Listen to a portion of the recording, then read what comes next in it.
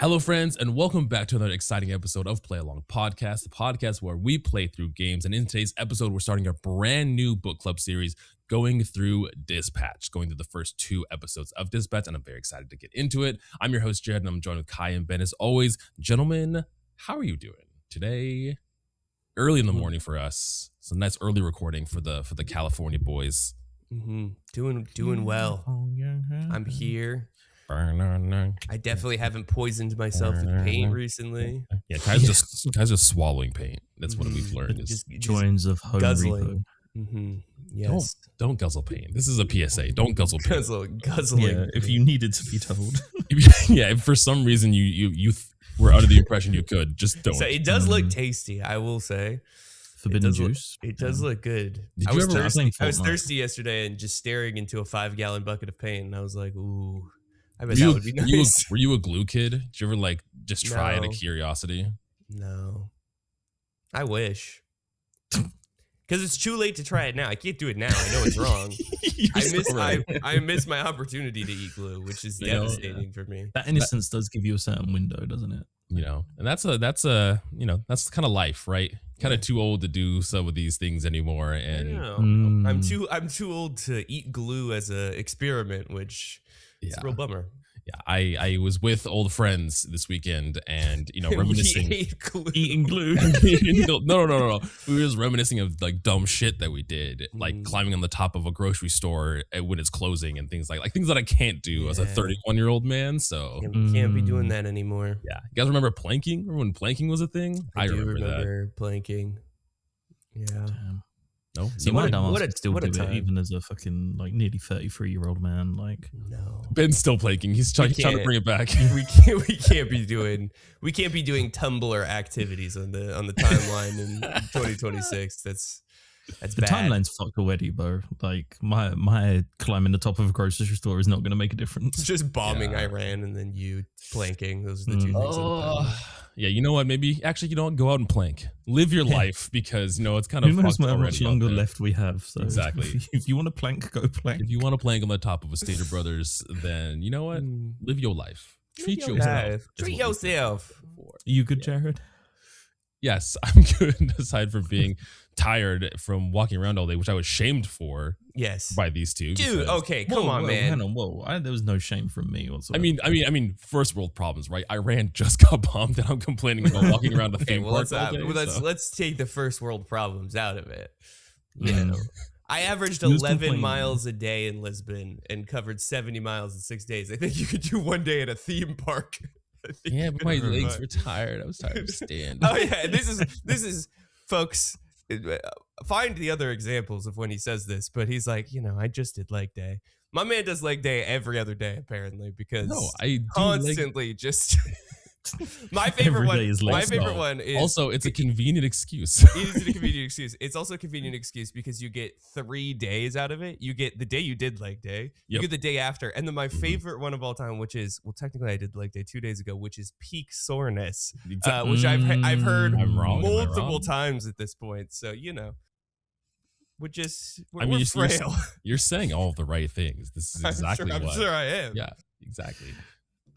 It's like use the leg day excuse, everybody. It works. You get 3 days. It's perfect. It's great. Well, if it's not leg day, go eat some glue or something. Yeah. Was that in the recording? Yeah, we were just talking about that. That was in the Live a recording. little, eat some glue. Yeah. Do the important things. That would be a crazy sentence out of context if that wasn't in the recording of the Live episode. a little, eat some glue. Eat some- Look, I'm gonna cut it out from the beginning just so I want to be crazy clear. person. Non-toxic glue. Don't eat toxic glue. But Elmer's is, essentially, I think just water and some form of, synthetic egg white. So you'll be fine. If you're of an age who can eat glue appropriately, go for it. Go for it. Have If you're fun. from the ages of I don't know. I would say 4 if to you're under 6, if you're under 18, you could eat glue. that's crazy. If don't you were think in our class of podcast is gonna make 16-year-old it just to like 6 years. gooping up glue, I feel like that would be a red flag for me. That would be like something's wrong. Why? I don't think that's wrong. I There are don't. two I don't things. like. I don't like this judgment. All right. I think I did some dumb things before I turned 18. I did some dumb things after turning 18 too. But, you know, huffing glue, fine until you're 25. Eating glue, that's different. You know, okay, that's crazy. That's crazy. Yeah, I've been doing good. Kai and I have been playing a lot of Marathon, which has been interesting. The game that is a way to put it. The game convoluted is yes, confusing would be. And it's not even that it's not fun time, because I think me and Kai were enjoying our time. I just don't really know what the hell is happening. It's very complicated in its systems and its mechanics and what the hell I'm supposed to be doing. But I mean, underneath all of that is like a fun shooter, which I think is like at the end of the day kind of really what you're. It's extraction shooter, you were saying, right? Yeah. I don't even know if it's a fun shooter. It's just an okay shooter, but like. I don't know. It's like it's sort of fun. It's really hard for reasons that even like the AI and like the, you know, bots and characters, not like AI use. I mean, there might be AI use. They were stealing art before they were developing this, so who knows? Great. But they're hard. Like the bots and everything that you're fighting are actually like competent and quite difficult to play. And then you just get things that you're like, yes. This item. There's no clear like at least in Borderlands, not an extraction shooter, and I'm very aware of that, but at least I'm gonna use this example. At least in Borderlands, there's like a clear color scale for things where you're like, ooh, purple, good. This doesn't really have that. It's just like everything is either green or blue. It's just it's there. And then there's a currency of some form that I don't understand. It's just that's what I was gonna say. Do they have like a main currency and then a buyable currency? And then a currency from recycling weapons you extract or something. I wish I could tell you that. I don't even know. I don't know. Actually, I feel like that's what Arc Raiders done. I feel like somebody told me Arc Raiders had like plastics and stuff you got from weapons, and then I think Arc Raiders does this better. Again, I've probably played about the same amount of Arc Raiders as I have played Marathon at this point, and it's just, and again, I think it's just like part of it is an explanation. Like there's a poor job of explaining the things, but it's also a lack of just like knowing what the things do. And that takes time as you're playing and as you're understanding what's good and what's not, then you understand kind of the loop. But when you're in that limbo of just like you're doing runs, but you don't really actually know what you need. And so it's hard to feel successful, even if you are successful. Like this, like Kai and I finished a run the other night and I was like, good. Yeah. Yes. Yeah. Yes. Good. Okay. Cool. Let's. You get exfiltrated, and then you don't really know if that's successful or not. You're like, It is a demo, right? Or is it a beta? It's technically called a server stress test. So they're testing their online servers. It was an open like beta essentially where everyone can go on, but the point of it was just testing the limits of their servers with all these people. Okay. It's not a beta of the gameplay mechanics and the functions and stuff. It's just can the servers hold as many people. I mean, this game also comes out. I mean, it's March 1st as of recording. I think this game comes out this week. Yeah. I think Marathon comes out on the 5th or something. Hold on. Let's see. Marathon release date. So again, this was just to test out the servers before. Yeah, March 5th. Comes out on the 5th. Hey, same name as Pokopia. Buy Pokopia, don't buy Marathon. What is Pokopia? It's Pokemon meets Dragon Quest Builders meets Animal Crossing. Dragon Quest Builders. Oh, Dragon Quest Builders. I want to play Dragon Quest Builders. You play as a Ditto who's imitating Ditto who's turned into a human, and I will be playing it because it looks very good, and I like Pokemon, and I like farming Sims to an extent. $70. I tell you what, I jump back into Power World. That's all guys were talking about Power World. Pokemon's redheaded stepchild, Power World. Mm-hmm. Do you know it's fine. I think what it is like I don't think I'm the demographic for it because it's very much about like I like the mon catchering and stuff. I'm into that. Is it the building that you have a problem with? I like the building, but it's not building. It's like building to automation. Like the end step. That's is like the to, shit Kai likes. The end step is to have it automated by the right pals, so you have your electric pals, and like it's already getting to that point where like I have a little farm, I have like a berry farm, and I've got the right pals, so like that's self-sufficient, so they kind of have their own food growing on site all the time, so they don't go hungry. I feel like it just kind of, I don't know, with those kind of games, I get to a point where I'm like, I'm not needed anymore. So I think, why am I playing this? I'm not needed. It's crazy. I think Power World also is like a lot of games, it's just more fun with people. Like if you play with a group of friends, Yes. it's much more fun. Have someone build, have someone go out and get resources, and then you have this like underlying creature capturing mechanic too. I think that's like it's just better with people. Yeah. Well, we're about to get kicked out of Marathon, so maybe it's time for us to jump into Pal World. I mean, I'm down. Do you know Kai and I are also playing through Portal 2. I've never played Pal World, so It's fun. I only jumped onto it because it was like included in Game Pass. It is fun. this is going to be dated information for those of you who are listening to the podcast, but the Ubisoft publishing sale on Steam is going on right now, and I picked up The Crew, whatever the 2018 one is, Motorfest? for Motorfest for $1.99. I mean, this episode comes out on Tuesday, so. Oh, okay. Well, I also picked up, let's see, what else did I pick up? I picked up Ghost Recon Island Storm, a game that we're all very familiar with from the PS2 for $1. I bought Far Cry Primal for $2 and The Division 2 for $1. So Kai, go get your things. I think you have finally ascended to gamer now, because now you're buying games that you'll probably never play. I will And now never you I have will never ascended. touch them, but You they were see but the they were discount? so cheap. That's your final conversion has happened. You see a $10 and under game, you buy it, and you never play it again. No, And that's the I'll gamer definitely mentality. jump into The Crew. Yeah, I was looking. I was yeah, looking for a you racing can game tell. anyway. Will I Crew ever Motorfest play is- Far Cry Primal or The Division 2? Probably not. The Crew Motorfest has a really cool feature. I think I said this in the Discord that like I wish Need for Speed had, where you could change your vehicle on the fly. You could favorite like 4 vehicles, and then you could change it on the fly while driving. See, And those vehicles could be planes or cars or stuff. So you could go from flying a plane and then like basically transform into a car and just fall down onto the road and carry on driving. It is very fun. Okay, we will check up with you to see if you played Expedition who? Yeah. Well, the also comes out this month. I think at the end of March is that oh god, what's it called? Anime racing Screamer. We saw it on one of the award shows, but it was the one that was like actually because we were kind of that was like right when we were deep into our Need for Speed Heat Need for playthrough, Speed, and yeah. we're like, yo, I want a story driven racing game, and then Screamer looks like it's like anime plus like Need for Speed Racing. It comes out at the end of this month. I will say this: if Claire Obscura had half a good intro as this game did, I would have actually played Claire. So Dispatch.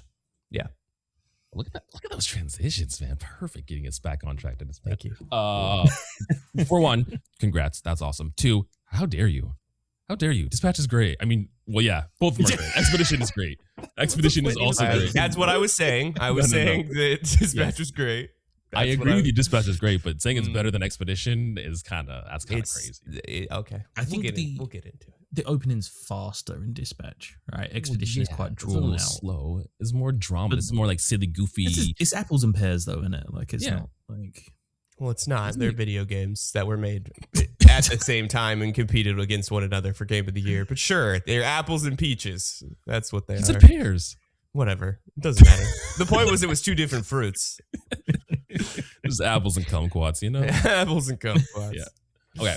Well, let's get into a little bit of housekeeping, and then we'll dive into the beginning of Dispatch, because I'm very excited to see what everyone chose, their decisions and everything like that too. So whether this is your first episode or your 298th episode, everybody, this month we will be hitting episode 300 for the podcast. have we told them what we're doing?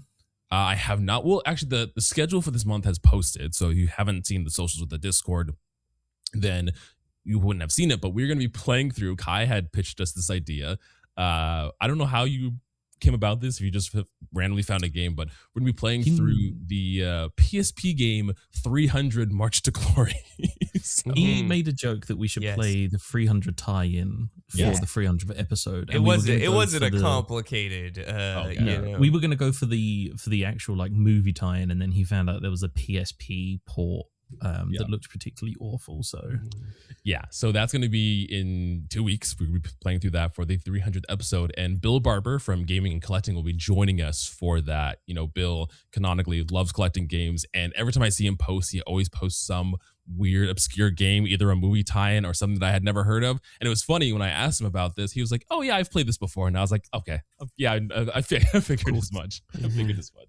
I like Bill, and Bill. I love the fact that like Bill's name sounds like a 50s like journalist or something. Like Bill Barber reporting from the scene. It's fucking brilliant. Add him to the podcasting Hall of Fame, the Rick Firestones of the world. Yeah. Bill Barber, Phil Jackson, Rick Firestone. What the hell are all three of us doing with like shitty ass, not cool names? Okay, whoa. I don't actually know Ben's last name. Robinson? I was like, you definitely know Ben's last name. It took me more than 1 second for it to come with Robinson. Ben Robinson is a good name, objectively. Yeah, it's Benjamin as well. Like, Benjamin Robinson. Okay, isn't that the guy from Winnie the Pooh? No, that's Christopher Robin. Christopher Robin. Yeah, well, it's close enough. Yeah, man, apples and pears. Apples and kumquats. Like apples and kumquats. So this month we're celebrating 300 episodes. We're going to be playing through the PSP movie tie-in 300 March to Glory. I don't know how that's going to be, but hey, it's going to be fun doing 300 for the 300th episode. It'll be a good time, regardless if the game is shitty and terrible. So look forward to that. But what we do here is we each take turns picking a game, play games in kind of a video game book club kind of format, and then we take the game and break it up into sections. Like I said, we are currently playing through Dispatch, and the breakdown for that is going to be on our socials and on the Discord as well. We're going to be breaking it up kind of similar to how it released, because this game originally released episodically, and they released 2 episodes kind of per kind of release, and that's exactly how we're going to be playing it. So like for this episode, we're going through episodes 1 and 2, 3 and 4, 5, 6, 7, and 8, things like that. On top of the video game book club, we also have another series that we do called Get Wrecked, where we grab a guest from the internet and swap video game recommendations. This month's episode, I'm going to be joined by Claire from Date With Us podcast, and we're going to be talking about Stray and Boyfriend Dungeon, which 2 very different games, but very interested to see about Boyfriend Dungeon. It's been on my games to play for a while. You should play it. Boyfriend Dungeon is fun. It's only like 5 hours long. It's not super long. And am I thinking of the right one? Is that the one where your weapons turn into people that you can romance? Yes. Not to spoil too much. I did really love Boyfriend Dungeon, but it's kind of like if Boyfriend Dungeon had the gameplay of Hades, like the polish of Hades, because it's very similar to Hades in its kind of gameplay. If it had the polish of Hades with the dating aspects of Boyfriend Dungeon, perfect game. Because like, everyone's hot in Hades, but you can't, you can give gifts, but you can't date people in Hades. I mean, there's a couple romance options, but like not a lot. The important things. I mean, unfortunately, Kai, you're in the minority. Those are the important things. We're just here to smooch characters. That's the whole point of video games. Yeah, boy. Ben agrees, which is how, Dispatch is right up the alley of smooching characters too. So that's going to be next week's episode, so look forward to that. But I also have a couple guest appearances that I'm going to be guesting on. I don't know. I don't think they've been announced yet, and I don't know if they're going to be announced soon. So just keep an eye out. Keep an eye out for Play Along on the airwaves and other variety of places, because I've been yapping about video games on other shows, which is usually how it works. You can't get rid of me. I'm everywhere. I'm everywhere yapping about video games. Yeah, if there's a podcast to be had. That's his superpower. That's my superpower, especially if it's Pokemon. When the Wind and Waves trailer dropped, I put out on Blue Sky. I was like, yo, if anybody needs someone to yap about Pokemon with, let me know. Hit up the cell, because I want to just talk. I could talk about this forever. He put the bat signal for Pokemon. He's like, I'm here. Let me yap on your podcast, please. My bat signal is like a silhouette of me like clearing my throat and like coughing. That's the Jared bat signal. Yeah. Okay, well, let's jump right into Dispatch here, because I'm excited to see what you guys chose. So a little bit about Dispatch. This game came out in... Oh my gosh, it doesn't have the release. It has the release date for every individual episode. Probably 2024, if I had to imagine. No, it was last year. It was late 2025. That's what I meant. It's 2026 now, buddy. That's crazy. Yeah. Get up for the time. This was developed by Ad Hoc Studios in close collaboration with Critical Role as well. And there's a ton of big names. We'll get into like the cast and everything, but there's a ton of like big names associated with the voice cast and everything. Some that you would never expect, which is hilarious. When I booted, I had no idea really, because I don't pay attention to anything about the voice cast, and I was like, yeah, this main character sounds a lot like Aaron Paul. And I was like, huh.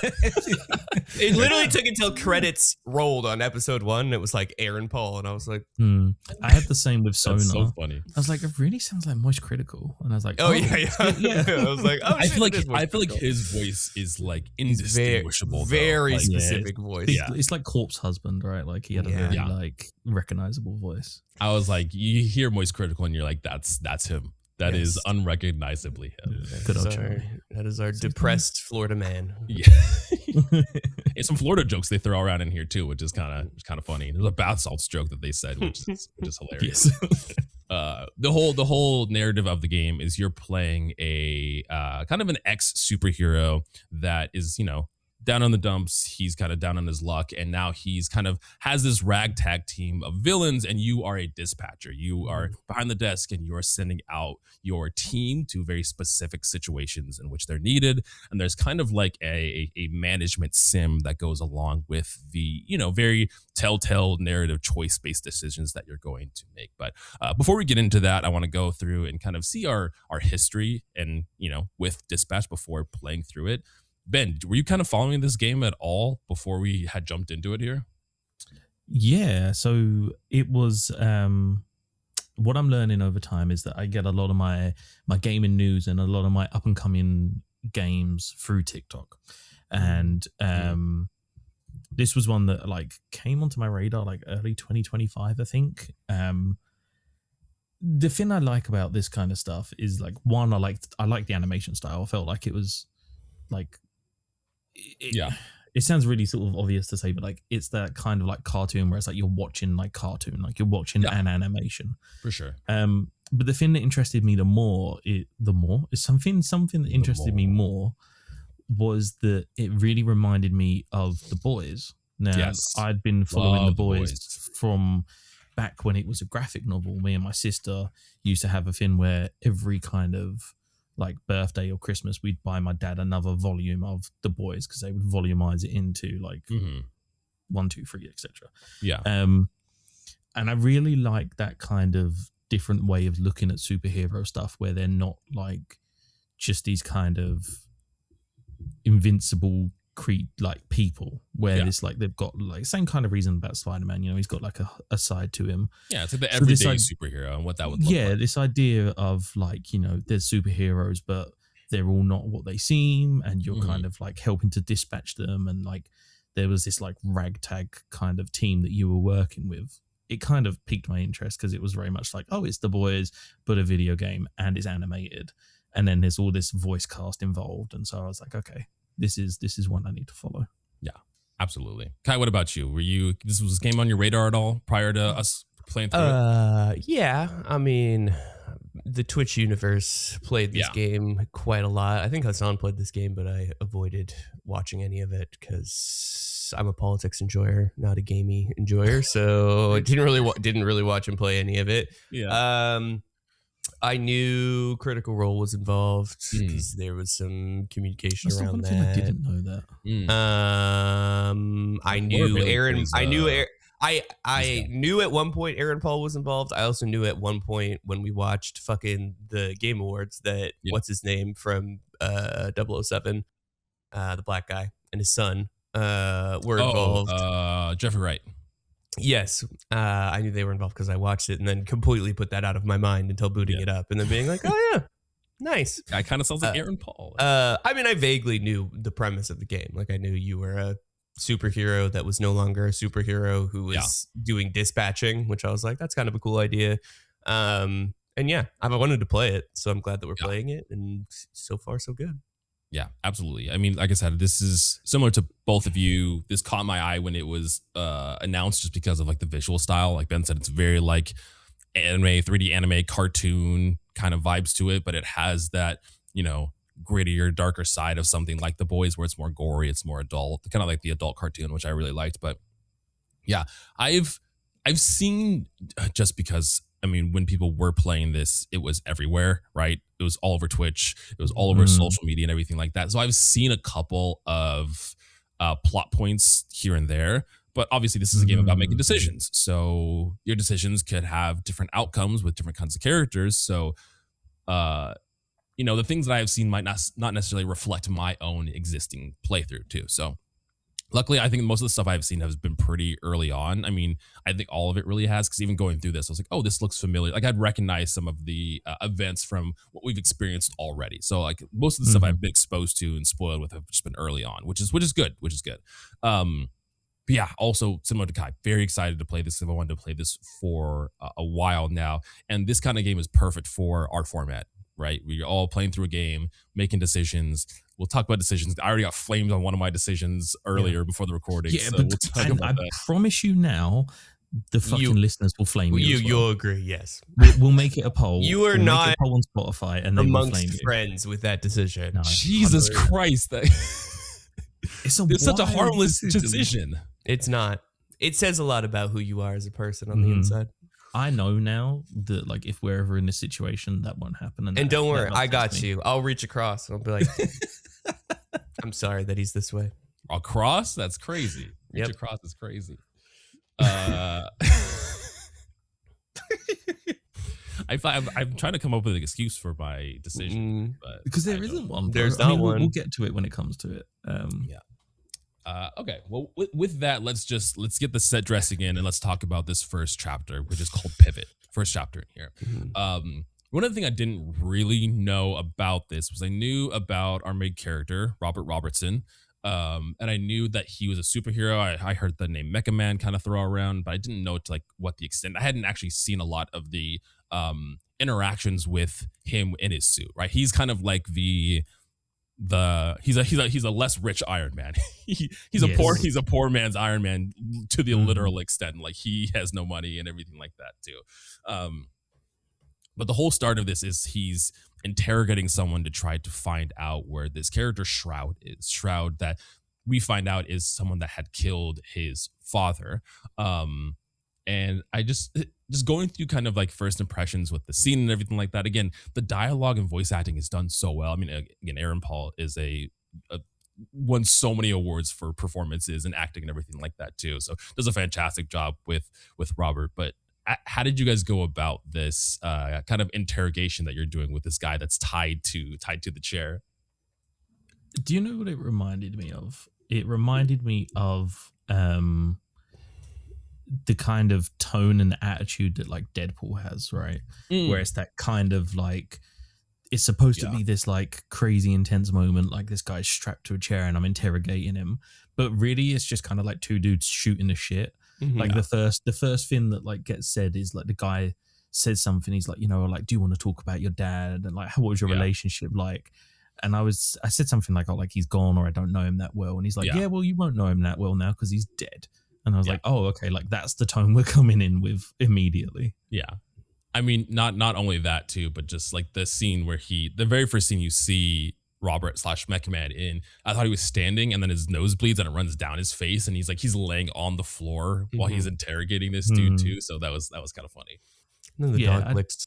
Yeah. Blood off her face. Oh, but I love Beef. Beef is such a good boy. Yeah. He's a little chunky guy. You don't like him? You don't like Beef? I did. Let's just say I did not give Beef cereal. Beef has we were shaming me for my decision. Can we shame Kai for not giving Beef a snack? What the hell? Okay, Beef is about to burst. Beef is one bite of cereal away from having a coronary heart failure. So I'm doing the right thing. True. You know what? I guess that's probably true. That's probably true. Yeah, Kai, did you get kind of similar vibes with this kind of like intro that like Ben was talking about too? Yeah, like edgy, tongue in cheek. Yeah. Humor. I was confused in the situation because I obviously it doesn't give away that you're interrogating the guy because he says like, well, that's when I kicked you in the face. And I'm like, oh shit, are we like about to die? I thought it was two mates who had like just shooting the shit for some reason. No, I thought like maybe they got into an argument and like, I don't know if you used to have ever been in this situation, but like when I was younger, I've been in situations where like I've had full blown fist fights with best friends and then afterwards you just kind of sit there and shoot the shit. You never know. Very specific thing. Especially, I mean, it happens a lot as well because I used to play rugby. Like, it happens a lot in that kind of situation as well, where it's like two guys, like, especially opposite teams, kind of like get into a fight. And then after the match, you'll see them like drinking together in the bar. Like, it never fucking happened. Like, So I kind of got that impression at first. I was like, oh, this is like two mates who've had a falling out. Yeah. One of them's kicked the other and they've kind of realized like, oh shit, okay, right, we need to calm down. Well, that's how they're talking too, right? There's a very like casual conversation between the two of them. When we get presented our first choice in interrogating him, where he's in a chair, tied to a chair, and we lean him over the balcony and have the choice to let him go. Let that fucker drop, man. Or keep him there. What'd you guys choose? I'll let that fucker drop, man. That's crazy. I pulled him back up. I pulled him back. Yeah. I pulled him back up. Yeah. No, man. He knew too much. He knew because he made a comment like, did when he die doing or it, no? No, so he makes a comment when you're doing it. He's like, oh, like, will you be quiet? I have neighbors. And I have fully went like psychopath. I was like, this dude knows too much. He knows where we live. Like, I'm not fucking like. So you let him drop, and there's a skip on the floor outside with Robert's put a mattress in there, and he falls onto the mattress like in the chair. And he's like, oh, you fucker, I thought I was gonna die. And he's like, hey, I wasted a perfectly good mattress on you. And then you get into the mech suit and you fly off to the warehouse where Shroud is. Yeah. No, I didn't want to like kill this guy. We're a superhero. Let me pull this guy up. I'm a superhero. We're not killing people. We're just a man in a suit, bro. Okay, well, are we all just a man? Isn't that what Batman is? I don't know. That's very true. That's true. But the cutscene to like Robert Robertson, suiting up, for lack of a better word, is really cool. Like, I love his whole like get up of his suit that he's putting on, and like the big mech suit that he has. Again, it's very, very like Hulkbuster Iron Man. It's not like it's not like an Iron Man suit that's like fit to his body. It's very bulky and very large too. Yeah. There's no nanotech here. This is very much like a walking tank that he has to climb into and turn on. I mean, the animation of this game is fucking incredible. Oh, it's so good. Like, it is crazy. Yeah, it's TV level quality. Yeah, and I think that's kind of like the appeal that I saw like from when I first saw it. I was kind of like, I could imagine just like watching this on a fucking if this was like a 2-hour movie or something, I'd sit down and watch it like 100%. Yeah, absolutely. Like even much so, like where Kai was saying, like every episode that ends, there's credits that roll. There's like credits that roll, and it kind of starts back up as like, again, they're very much like leaning into this being like a television series. Again, it was episodic. It came out weekly before, which is kind of a cool idea for a game, like a narrative to kind of like come out weekly. As someone who is a binge player of things and binge enjoyer of most things, the episodic thing is just like, come on, like, what are we doing here? It's one of the things I miss, man. I miss the week wait between episodes and stuff. Like, I'm not. Well, don't worry, because you're listening to this podcast. Every Tuesday we satisfy your. No, I'm 4 years into watching One Piece and I still haven't caught up. So that shows how slow I watch shows. I watched one episode of show a day, maybe. My autistic fixation allows me to consume something to the point of it being a husk of itself, and then I move on like a vampiric information succubus. It just is like, okay, next thing. Yeah, this is why Sarah and I can't watch TV shows together, because she's just like, I want to watch this, and I'm like, I don't really, not today. Like, we don't need to watch it. Exactly. Like, I would have just burned through this. Yeah, I could have been done with this show like 2 months ago. Yep. Yeah. No wonder why you love Twitch, guy, because it's just like constant. Like, there's always something. Yeah. I mean, no argument. That's literally it makes sense. I mean, ironically, you say that, but that is probably the one thing that I've consistently watched every day for the last 5 years, because usually I'll just like get hooked on something and then leave and find something else to watch for a very long time. Like, there are YouTube channels where I've seen every video of a YouTube channel and then I've just never looked at it again. So that's great. Very different consumption methods. So I'm not a big fan of episodic, but fortunately that shit's over now, so I don't have to wait other than for this podcast. Yeah, so. I was like, I mean, sort of for the show, but not really. I mean, we can finish recording this episode and you can go and finish the rest of the next two episodes if you wanted to as well. You just have to wait to talk about them. So as Mega Man, we fly over to the warehouse that Shroud essentially is at and kind of go through a whole. And this is kind of where we get the mechanics of doing the interactive QTEs, which you can turn off. So there is accessibility options. If you don't want to have to interact with the cutscenes that are happening, you could turn off all the QTEs, which is nice. But I don't know. For me and Caillou said you actually kept them on. It kind of adds that like interactivity to the cutscenes where you're just doing things like clicking, because I'm playing on mouse and keyboard, so like clicking and swiping to punch characters or move things around and stuff like that, which I actually really enjoyed. Yeah, I will say like some of them are better than others. Firstly, the way that they prompt you to decide if you want to keep them or not is not very explicit. I mean, I knew what it was because I went into settings beforehand to see what the options were. But like at the beginning of the game, it essentially gives you like subtitle options, which has, gore and profanity, and I'm assuming nudity now that we've played this game a little bit, like ability to turn that stuff off. And then it just like has this screen with two images, one with a blue dot and one with nothing on it, and it just says like interactive theatrical, and it's like, well, if I'm not a gamer and I don't really know what that means in general, like I'm not going to know you what want that more is. cinematic experience. So I was like, okay, well, I'll try the QTs because I saw that they were in the settings anyway. I was like, you just turn them off at any I can point, turn them off at any time. But they're really not like super intrusive. The only one I will say that's like hit or miss is the click. Like it doesn't seem to always register, like especially if you're trying to do it as soon as it enters the gray. Like it does have, there's some of them where I'm like, okay, I've had to click twice now for this to work. But like the slides, that stuff is fine. Like it's not, nothing is too complicated. Mainly the QTs that I'm not good at are like hit A, B, B, X, B, Y within the time period and stuff like that. Like, and those are not as good. And that you get more in the hacking. Right. And it might actually be a little better. Are you playing with controller or are you playing with mouse and keyboard? Mouse and keyboard. Yeah. And it might be actually a little better on mouse and keyboard because a lot of the other, outside of the hacking, the only thing you're doing outside of that is like clicking and dragging, right? Which I imagine on controller, and maybe Ben, you can attest to this, that button click can be a different button. It can be like this time it's X and this time it's B and this time it's Y and this time, I mean, obviously depending on whatever platform you're playing on, where on mouse and keyboard, it's just you click, you click, you click, you drag, you click. I will say in terms of accessibility and stuff, like, so I'm playing on the ROG Ally and all of the clicks are just the A button. So you just press A button. It doesn't, or anything like that. Okay, no, the only thing that's different is like in the dialogues options, you have like X, Y, A, B as like your dialogue options. We just have WASD for our dialogue. So I just like hover over and click too. Like you just it's in the QTEs, it has just the A button, or the drag, you have to hold right trigger and then drag the right thumbstick in the direction of the, so, and the same in the hack. So like in the hack when you finish, you have to drag that ball in. Yeah. Like you drag it down into the middle of the screen.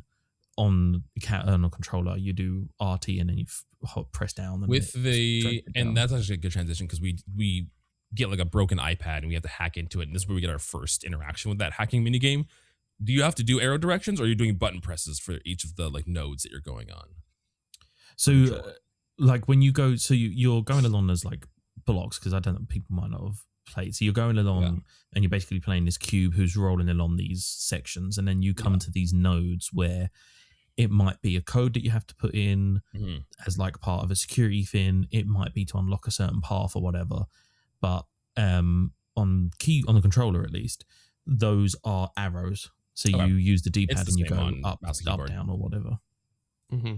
Yeah, it's just like up, down, left, right. I actually really enjoyed like I think the early 2000s like Ratchet and Clank games made me enjoy like hacking mini games as I'm hacking up along currently. But I enjoy this. I think the hacking aspect of this is really fun, actually. Yeah, and I think this one's done well. Like I think there's versions of this that would not be as engaging or as fun, but this is a good balance of like puzzly. I mean, I will say like the long moving at the beginning of all of them, you have to like go up. Oh yeah, just to get to, like, right a bunch to get to anything. It's like, okay, we're gonna do this every time. Like I get that I have to move around. I get that, but like the idea that you're like unlocking bridges, going back, unlocking other sections, and I assume they're gonna continue to get more difficult as we go through. But well, even like we get aspects that are timed too, and I really like that aspect where there's like a little bit of time pressure in order to progress and unlock all of these nodes too. The one that I struggled the most with was there's a section later on where you have to activate some sprinklers when you're with one of your villains heroes, and that I was like, oh shit. Is that the one where, because that's what I was going to say, is I like what they've done, because as it progresses through, it gets to a point where you gain half of a code, so you need to unlock a certain section. Yes. Yeah. And you get the 2 point. Yeah. The one thing I could see, it wasn't a problem when I did it, but I could see potentially being a problem, was there was no clear way to discern. So you get 2 different parts of the Which code. one's first? Mm-hmm. Which one's first? You just gotta try them both. I had enough time, so it wasn't a thing. But like, what I'm wondering is like, would there be an occasion where I'm short on time and I guess which way around it goes? It's like 50-50. I get it wrong and then I run out of time. Like I'd feel. I mean, pretty shit if I don't time, think like, that any of the hacking has that much bearing on the story really overall whatsoever. So aside maybe, from, but I mean, maybe the hacking for the sprinklers, like maybe they don't turn on, and that affects your outcome if you don't do that in time. it does. It This is doesn't. what I didn't turn them on. Nothing happens. Oh, okay. This is what I was going to say, is the thing that I was going to discuss in Final Force, and I'll leave fully till then, is like the like telltale paradox, right? That whole kind of like, as much as I've got an influence in what's happening, is me not turning the sprinklers on actually going to make that much of a difference in terms of like what impact it has on the story going forward? I mean, from my understanding so far, is there's going to be some things that will make major outcomes, like whenever we do something a character will remember. I think those aspects will kind of change into different outcomes. But I mean, I've looked at a couple different options and paths for some of this early stuff, and you just kind of get like maybe different context and dialogue that ultimately leads to the same dialogue. Yes. Like there's an interaction when you're later on, when you're with 2 of the villains and you're talking to Invisigal, and ultimately the decisions kind of like they funnel to the same outcome of what she's saying.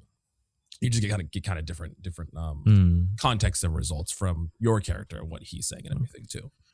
So we've done the hacking. We're going around as Mecha Man, not in the suit, and he's actually quite good hand-to-hand combat. He's fucking some people up, and it pans, and we're being watched by a villain in a chair that we can't see, who I assumed was going to be Shroud.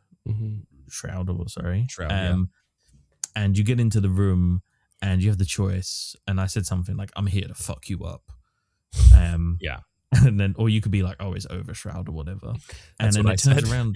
It's the fucking goon from before. It's the guy that we were interrogating. Yeah.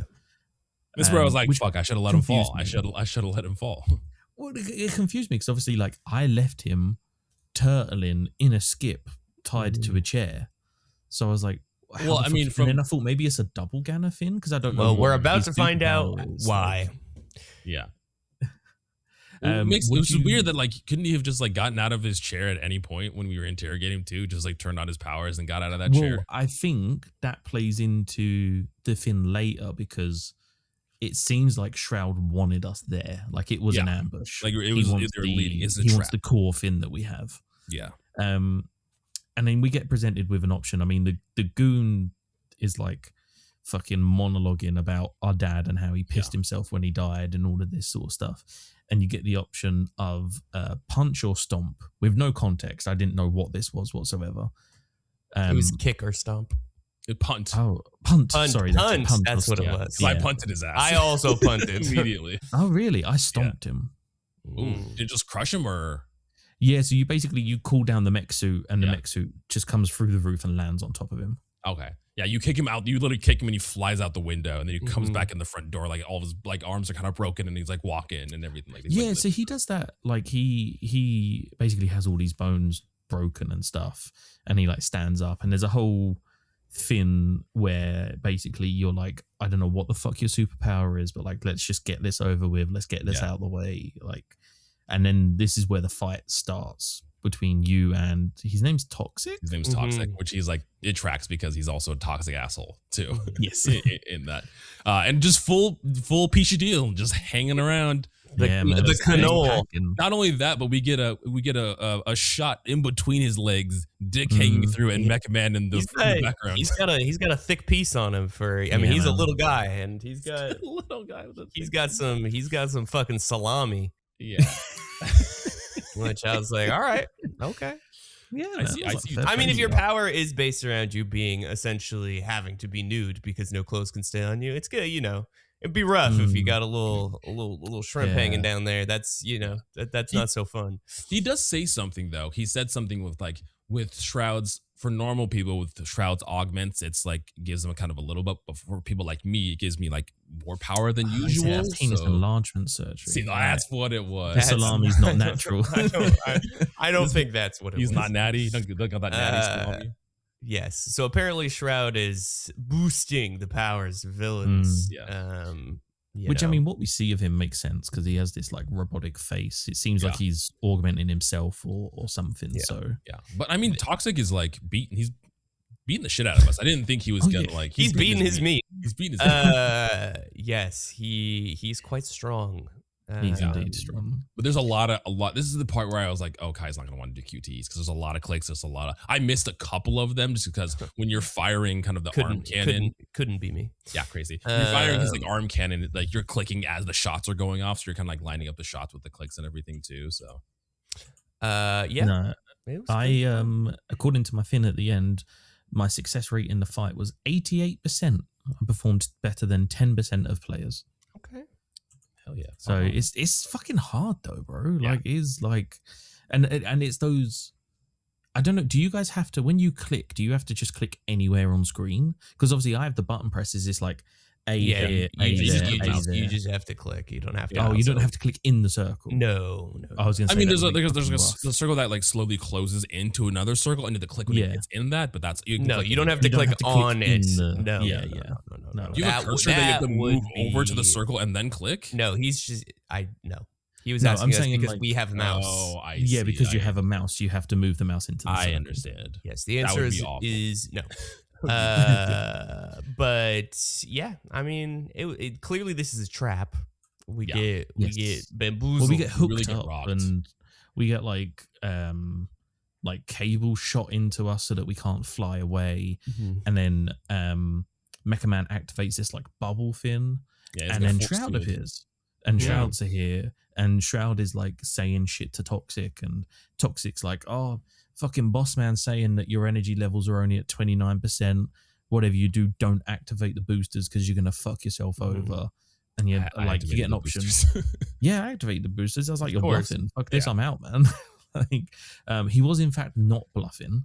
But he wanted the what's it fucking called? It's the energy core or something like that. The thing that runs that powers Mech Man's suit. Yeah. The assumption I had is that like this is something that was like his dad's technology or his grandfather's technology or something like it was. Because we do learn this is like a family business essentially that Robert has gotten himself into. It'd be hilarious if like we find out that like this Twitch streamer Shroud voices Shroud as the villain. I think we would have seen that in the credits. I mean, we didn't hear the voice. So what's there to credit? Oh, did we not? Did he not say anything? No, he did not. It's interesting because he talks essentially through Toxic, where Toxic is like there's like silence and then Toxic's like, oh, this is what the boss man said. We don't actually hear Shroud talk at all in this two sections. Yeah, Shroud is voiced by Matthew Mercer. Oh shit, wow, Matt Mercer. Let's go, Ganondorf himself. Critical Role and JoJo's Bizarre Adventure. So we break free and we fly away from the warehouse.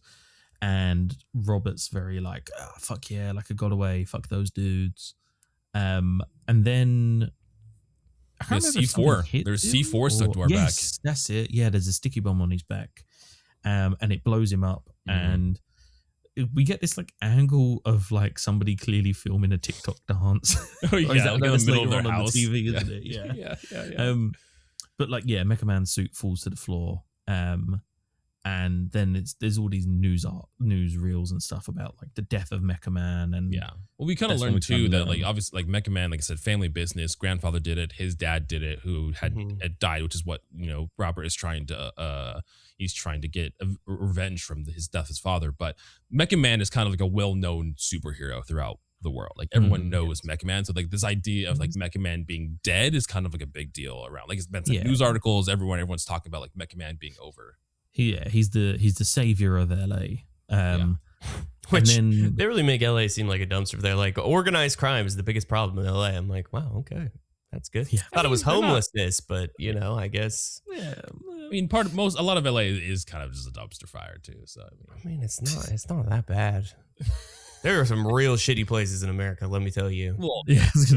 that's Los Angeles does not need the entire superhero brigade to fucking, Yeah, there's a lot of superheroes in a LA. lot of superheroes in it, which I think would track. I think there's with superheroes, they would all be in LA, like all the actors. Really? I was thinking. Oh no, I was like fucking like New York or fucking like. No, they'd be Yeah, in like too. they'd be in like the east side of Chicago. They'd be in Yeah, like fucking Chicago, New Detroit, Orleans fucking- and Detroit. There's a lot of real shitty places with a lot of crime. Fucking Oh. Stockton is the murder capital of the world. I just meant they would be like, because it seems like some of would they, them like, not live all of them. here? Yes, Oh, okay, like, right. sure. They be like be doing work in those places, but they'd be like here. That's a long commute. Flying Yeah. from LA to Detroit I mean, every you day. get fucking superpowers. You're That's- fine. We don't know. Depends on Yeah, how it depends. Yeah, it how depends on fast the you power. fly. Yeah. That's true. Yeah, Uh, that's true. But after all this, it's kind of like an official press conference that's held on the state of Mecha Man going forward, in which Robert can go and answer some questions from the press and everything too. And people are giving him a myriad of questions like, is Mecha Man dead? Because we were also, I think we were in a coma for like a month or so. Is that what my Yeah, understanding? I think it was Yes. 3 months. I think they said it was. Crazy. I didn't realize it was that Um, long. And this part, I found this walkthrough that gives you all of the options. This part is where you first start to see the differences in the answers that you can Yeah. give. So the first 2 questions, you can choose anything. So do you have anything to say for your fans? I said like, oh, it was all for you. Yeah, I Like, said the same everything thing. we did was like for your safety and stuff. Yes. And then it's like, are you retiring? And I said, pretty much. It's like, Yeah, you know, I the said the same suit's thing. dead. I've got no way to repair all of it. us are- Like, I said no. I was like, we're doing this shit. I'm ready. damn, rerun, yeah. I was like, we're done. It's over. And then this fucking prick stands up. This guy in the front row. Yeah, he looks like fucking Michael Moore. I'm like, what the fuck is this dude doing? The only real journalist left Yeah. in the world. And he's like, he says something. He's like, your dad died in the suit. Your granddad died in the suit.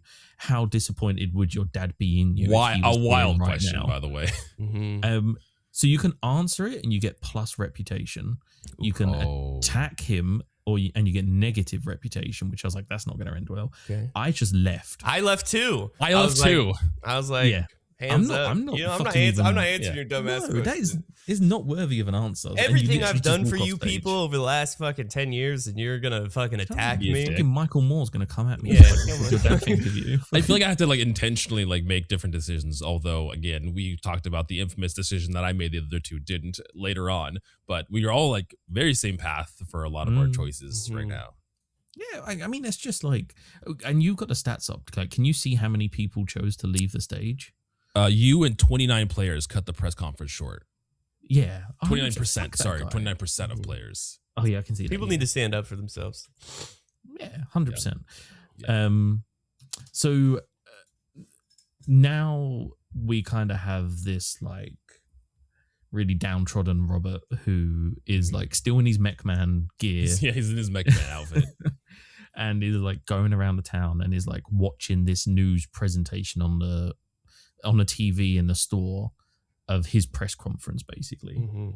Which And I want to Oh, go on. say, this is a media trope that happens all the time, which is like TVs in. I have not seen a TV in a storefront playing anything, let alone news with audio that you can hear ever in my I feel like entire that was life. a trope, like especially in the 90s movies where like people are watching TV Yeah. through like a glass window Yeah, or something. there's on like the an street. event happening and there's like 15 people outside of a like electronics store watching television. I'm like, this has never once happened. This has never been a thing that is real. This next situation is kind of like for me sets up a situation in most games like this where I choose a decision and didn't realize the outcome. So while this is happening, these burglars show up and they break the glass that you're looking through and they start stealing TVs, which again, wild to steal something with someone right in front of you, but whatever. And Mecha Man's looking at them, he's looking at his mask, and like in my head, this was like, again, this is a down bad Mecha Man, and his choice was to like just walk away because he realized that he's not a superhero anymore. So I picked the choice that says drop it and leave. And I thought, because he was looking at his mask, I thought it was like, oh, he's gonna put his mask down, and he's gonna walk away from the situation. But no, he's like, hey assholes, drop that shit and leave. And I was like, confrontation was not what I wanted to do here. That was not my choice. I was full. We're gonna fuck these guys up. No, there's 5 of them and a broken arm Mecha Man. I was like, he's already down bad. He's just gonna walk away. I'm not a superhero anymore. Part of me thought maybe these dudes will still have respect. So I was like, oh, that's pretty disrespectful. Like for you to come and do that, like while I'm standing here. Yeah. No matter what you do, none of those choices do anything. And then he says something. Oh yeah, because that's it. Because you're like, oh hey arsehole, and then one of the guys in the van's like, who are you calling arsehole? Yeah. The Skittles. The Skittle, because they're all the Skittle gang. Gang. That's it. The group of Skittles. And then you get some QTEs where you punch them in the face. Which there was a moment in which I had to think about what is left or right and which arm was broken. Punched left arm and right arm. I was like looking where he was standing, and I was like, which arm is the not broken one? Which arm is, the right one? His right punch is so weak. Yeah, because I did right. It was like right punch, and they just beat the shit out of him. Yeah. Apparently, if you punch with the left, you hit him, but he still beats the shit out of you anyway. And then Blonde Blazer shows up and saves us from everybody. Yes, Blonde Blazer. Yeah. And again, that kind of like tongue in cheek, like the boys kind of level of humor where like she's just like you're on the floor like arms over your heads, just fucking like getting the shit beat out of you. And these dudes are like flying away, and she like picks the last one up and throws him. And then afterwards, she's like, oh, like he did land on the roof, right? And she's like, I'm pretty sure he landed on the roof. And the guy's like, I'm up here. I'm okay. I'm okay. And then looking back, this kind of should have been suspicious from the beginning. But she offers to fix your arm because your shoulder's dislocated. And I was like, have you done this before? And then she just goes, pops it back in place. Yeah. Same thing. And then she offers you a drink. She's like, hey, do you want to go get a drink? And I was like, oh, fuck yeah, okay. I was like, yeah, you don't turn that down. I said yes immediately. Yeah. We got nothing to lose. Our life is completely falling apart at this point. Dude, it's only up from here, right? Yeah. Well, that's why I kind of wanted to walk away. I wanted to kind of walk away from the situation because I was like, he's already down on his luck anyways. Like he has nothing to lose. He's like, I'm just done. I'm done with all of this. But yeah. And you go to the bar and like you have like a pint and she downs a pint of what I'm assuming is vodka. Yeah, because there's a clear liquid she's drinking too. It's not like a beer. Yeah. I mean, she has a beer or a couple there and they're like getting drunk together, but it looks like it's like a clear liquid that she's pounding. Yeah. And she says the comment about how like, oh, like because of my superpowers, like it takes forever for me to get fucked up. And then she says something along the lines of like, oh, like, why do you do what you do? Like, why are you still out there, like in the suit helping people? I said it's the only thing I'm good at. I said I like helping people. I said I like helping people too. That was my choice. That was the plus relationship one. Mine got the relationship stayed the same. And then this is where Finn's got like potentially a little bit sexy. I wasn't really sure. She was like, I don't know, the vibes here are real weird. I don't know how to feel about this. Like, because at first it's just kind of like two heroes having a drink, but then there's like some comments where you're kind of like, oh, is she coming on to him? Like, I can't really tell. And then she's like, oh, like I've got a proposition for you. And I was like, oh, like a bar proposition. Okay. Yeah, like, that's this is. And then she decides that she has to go to the toilet. And then this is where we meet fucking Flambe. I'm trying to think. He looks like a wrestler. I think it was Razorface? No. Razorface. What's his name? Hang on, wait. I'll tell you the name of the wrestler. Hang on, wait. Razorface from Guardians of the Galaxy. Yeah, Razorface. Razor Ramon. Hang on, Razor Ramon. Yeah, Razor Ramon. Ramon. Oh, he does look like Razor Ramon. Oh yeah, the hair and everything. Yeah, he's got like the little bit coming down his face. God, wrestling is just one of the gayest things of all time. It's hilarious. Oiled up men. I in always Speedos forget grabbing this each other. exists, and then someone will just mention wrestling, and it's just hilarious that this is a thing that exists. It's like a man dressed up in a fucking velvet purple vest. I think what's more hilarious is like most the clientele is very straight men, which is yeah, hilarious. and they're like, Mhm. no, this is cool. It's like, Yeah. okay. I mean, it's funny. Some of the most homoerotic shit of all time. It makes sense, but there was a good chunk of time where my brother was like, because he still super loves WWE and wrestling and everything, but he was convinced it was real. And like I told him it wasn't. He's like, no, it's definitely real. It's so real. It's so real. That was me.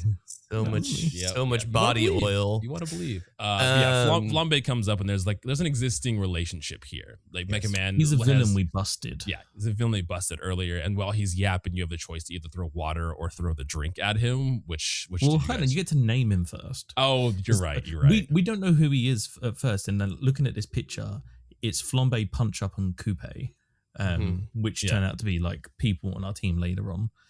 I named him Mr. Wet Ponytail. I named him Doctor Don't Do Shit. Mr. Wet Ponytail. Yeah, boy.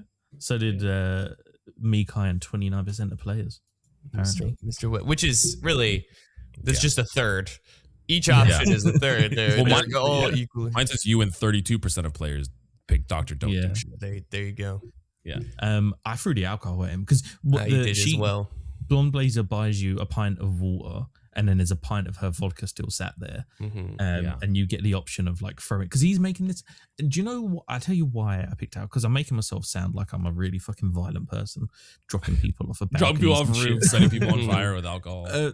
The whole time he's talking, he's like, "Oh, like I am Flambe, the man on fire. Like my skin does not burn, and blah blah blah blah blah." So I was like, "Okay, cool. Well, fucking alcohol then. Like, you want to be a dick? I'll make a point of it." And then he runs out screaming.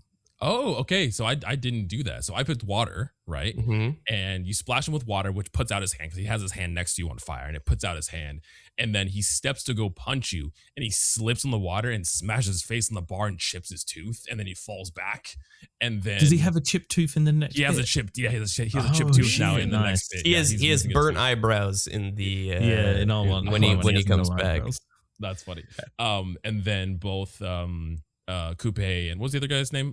Punch Up. Punch Up. Both of them grab him. Punch Up is funny because he grabs the tooth off the bar. He's like, I know a dentist that can save this, and he puts it in water. And Robert's like, I'm pretty sure that's fingers. I don't think that works with teeth. And they walk him out of the bar, which I thought was On funny. our one, you throw alcohol over him, and his flames kind of go up a little bit. And then Punch Up runs over to a table and grabs a tray and starts trying to like fan the fanning flames. the- No. But then you have like this moment with Coupe where Coupe is at the end of the bar and she's like, "Oh, like don't worry about him. Like he's always been a pent up dickhead." Oh, or so there's an something." interaction. And with she them, she like interesting. winks at you and walks off. Well, you turn to Coupe and you're like, I thought that his skin didn't burn. Oh, that's and it. She Yes, said, yeah. says, she's like, sometimes you don't know that you're not in pain, just like a baby. And then you're like, okay, interesting. That's Then- funny. Yeah. But yeah, And then she Flambe just winks and walks is off. missing a tooth now. He just has no tooth. Good. And it's funny when you do beat him eventually, when the scene where he walks through the business, what's it called? Like SDC or whatever. Yeah. It SND. zooms in on his face and it opens his mouth and he has the missing tooth when he walks in too. We got a similar thing with the eyebrows. Yeah, like the they're quite eyebrows. clearly not there. That's funny. That's funny. Except Um, eyebrows he gets grow told to back and leave. teeth do not. Yeah, the bartender is like, yeah, no more of this. The bartender can also duplicate himself, which is always a Yeah. cool power to have. And especially for a bartender, don't need any security. You should be like, yo, get out of here, man. Yeah. Because he's a big dude as well. Yeah. So then you're waiting outside and Blonde Blazer's like, "Oh, like, I was waiting for you. What happened?" Da, da, da, da. And I was like, "Oh, like I made a little mess." Yeah. That's like, you get these options. It's like made a little mess, guy fell down, or I got fired up or extinguished the situation. Oh, I said, I think I just fell down in there for some reason. I said I made a little mess. And then, Jared's getting his mid-recording snack. Shit. Mhm. Yeah, I got the full breakfast going. Eggs, hash browns, avocado. Yeah. And then Blonde Blazer's like, "Oh, do you know what? Like, I know a place where we can." This made me Yo, again. She's like, she's like, "I know a place where we can like like spend the rest of the night. And you're standing there, and she puts her arm around Robert, and he's like, "You strong."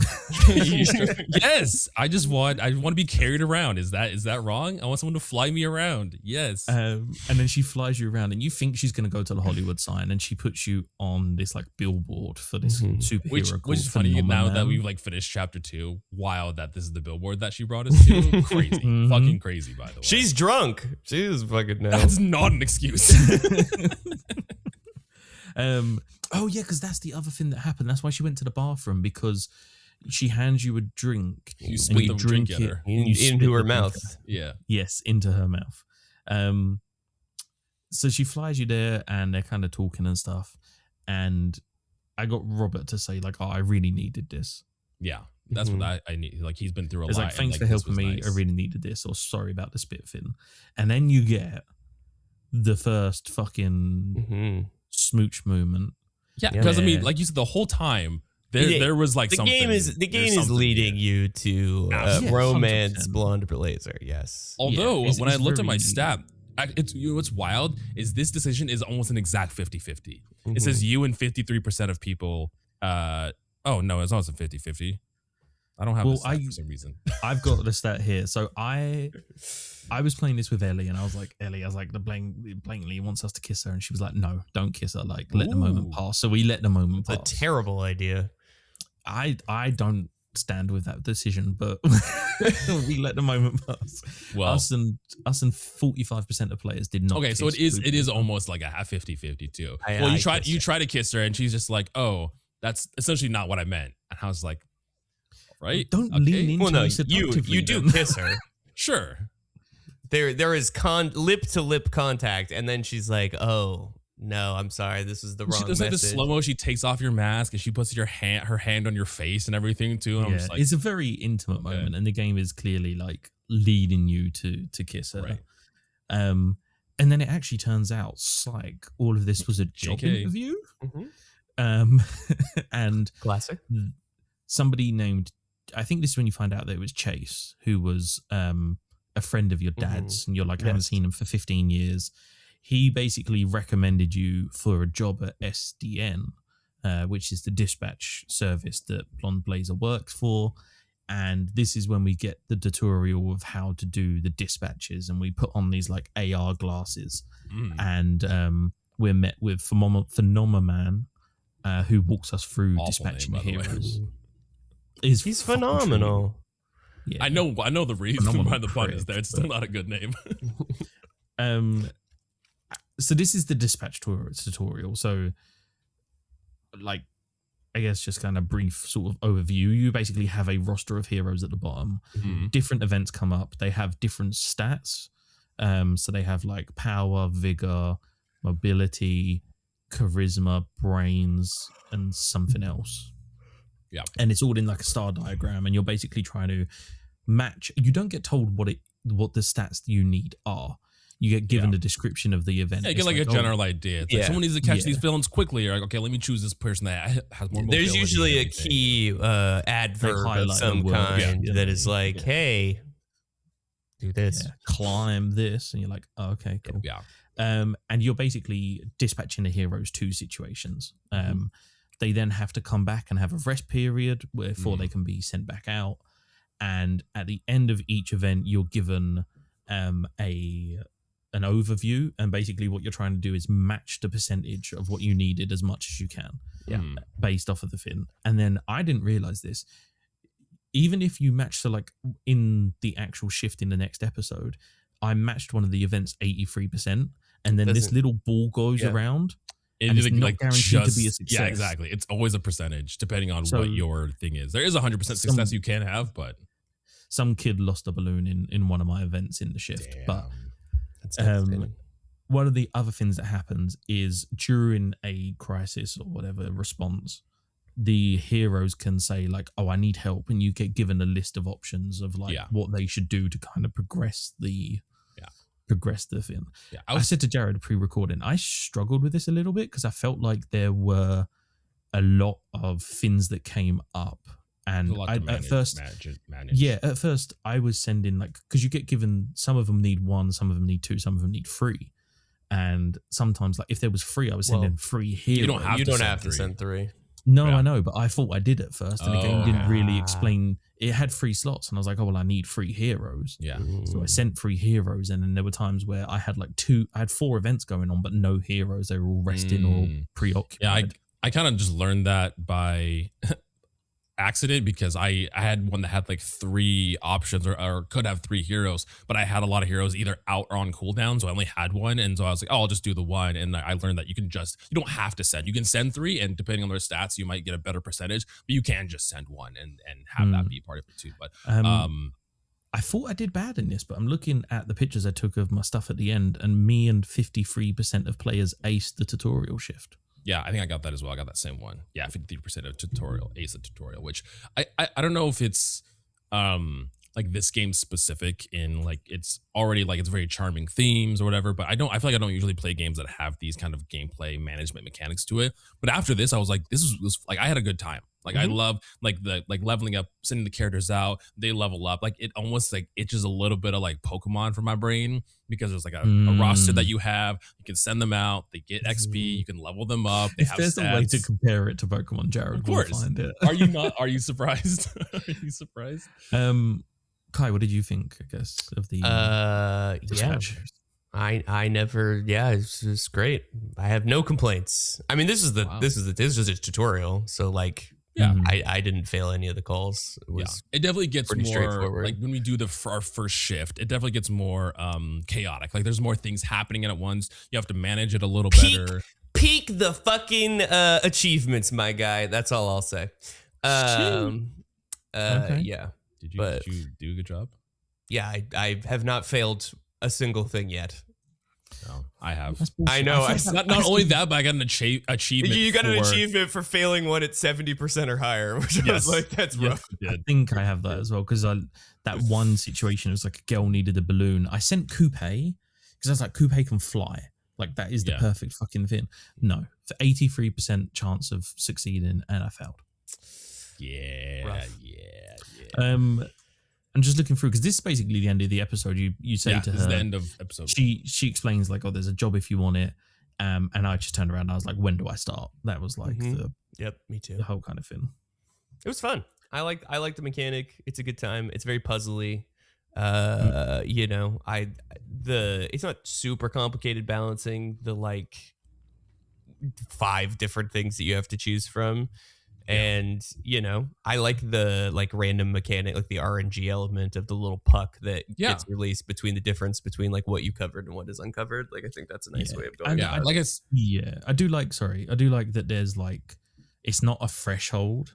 It's not like, oh, if you get above 75%, you auto succeed. Yeah. Like you can still There's still like the option, which this gives me a little bit.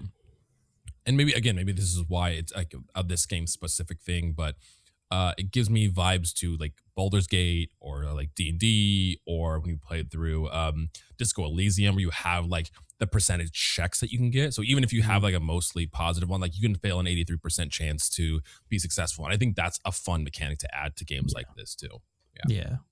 This is the end of the first episode. And like I said at the beginning, you get like a full credits. You get credits for every episode. You get credits and to make credits more interesting, they review the percentages of your choices, which I thought was nice. Yeah. I thought that was a good thing to do.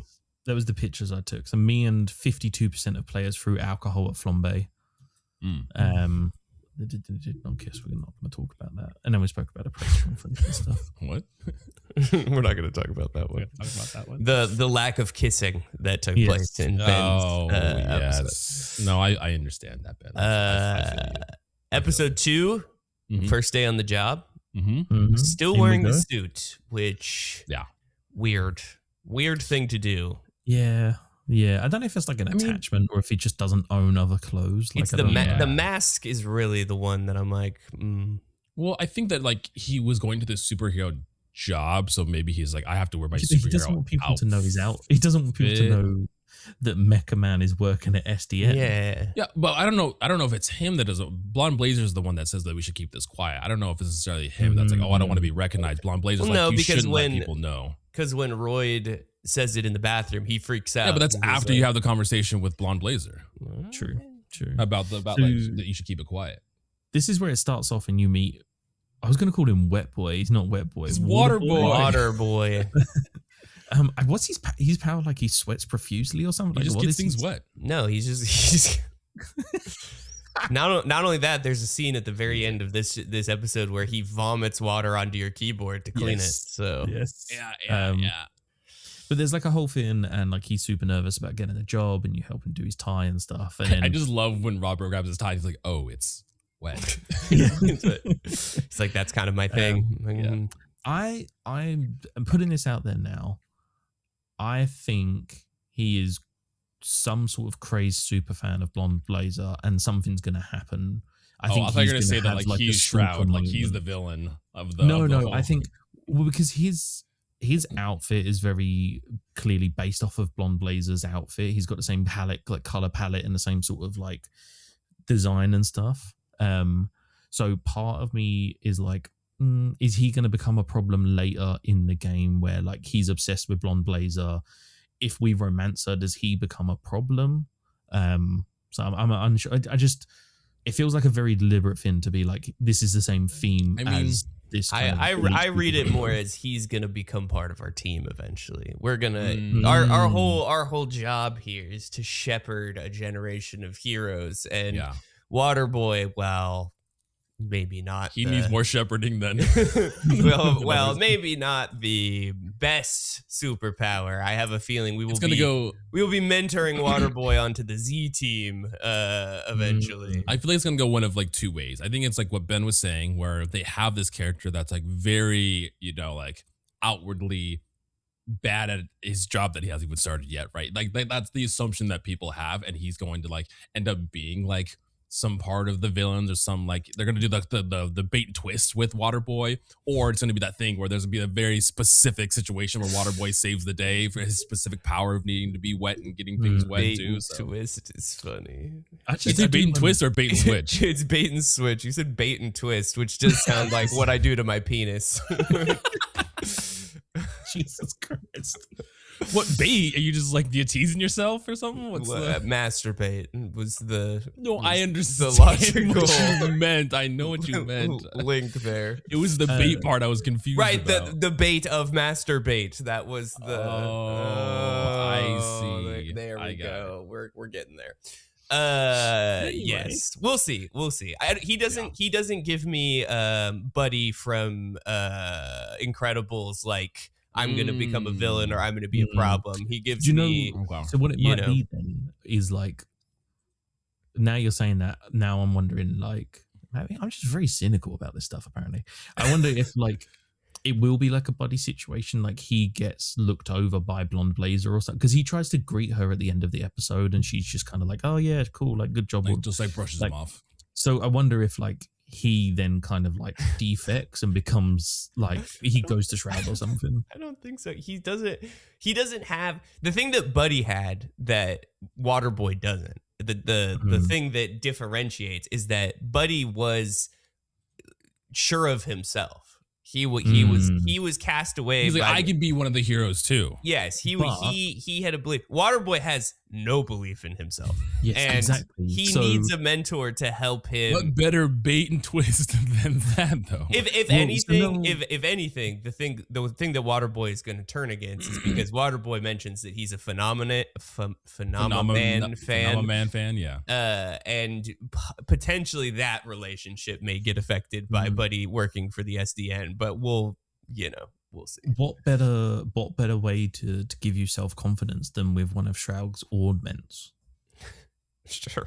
I don't know. We'll see. I just don't trust him. I know you've bad vibes. He's just a wet little guy, you know. But yeah, we do. Wet little guy is gonna get wronged. Yeah, we do meet up with Blonde Blazer, who this is when she puts us into a conference room, and like, you can't wear that anywhere. These are essentially, he's here to shepherd a team of villains, and he can't be known as Mecha Man if he's going to be using these villains and everything Batman too. Turning up to a date, yeah, and they're like, okay, so you're going to be managing Scarecrow, Mr. Freeze, exactly, and you can't just be in your Batman. You can't just be in the Batman suit.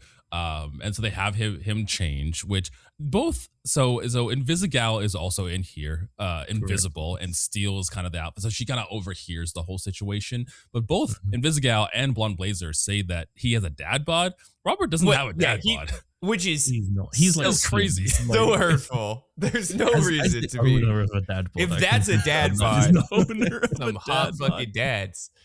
Yeah.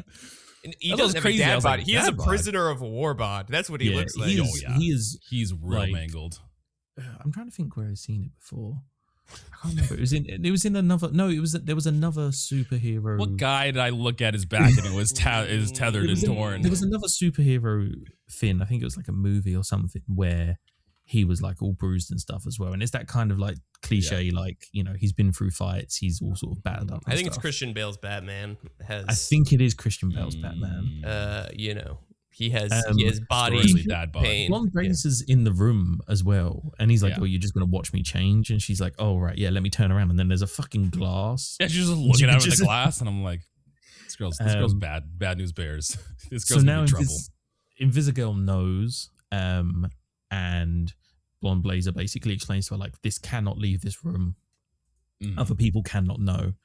And then this is the all-important decision that Jared is going to get flamed for or not flamed for.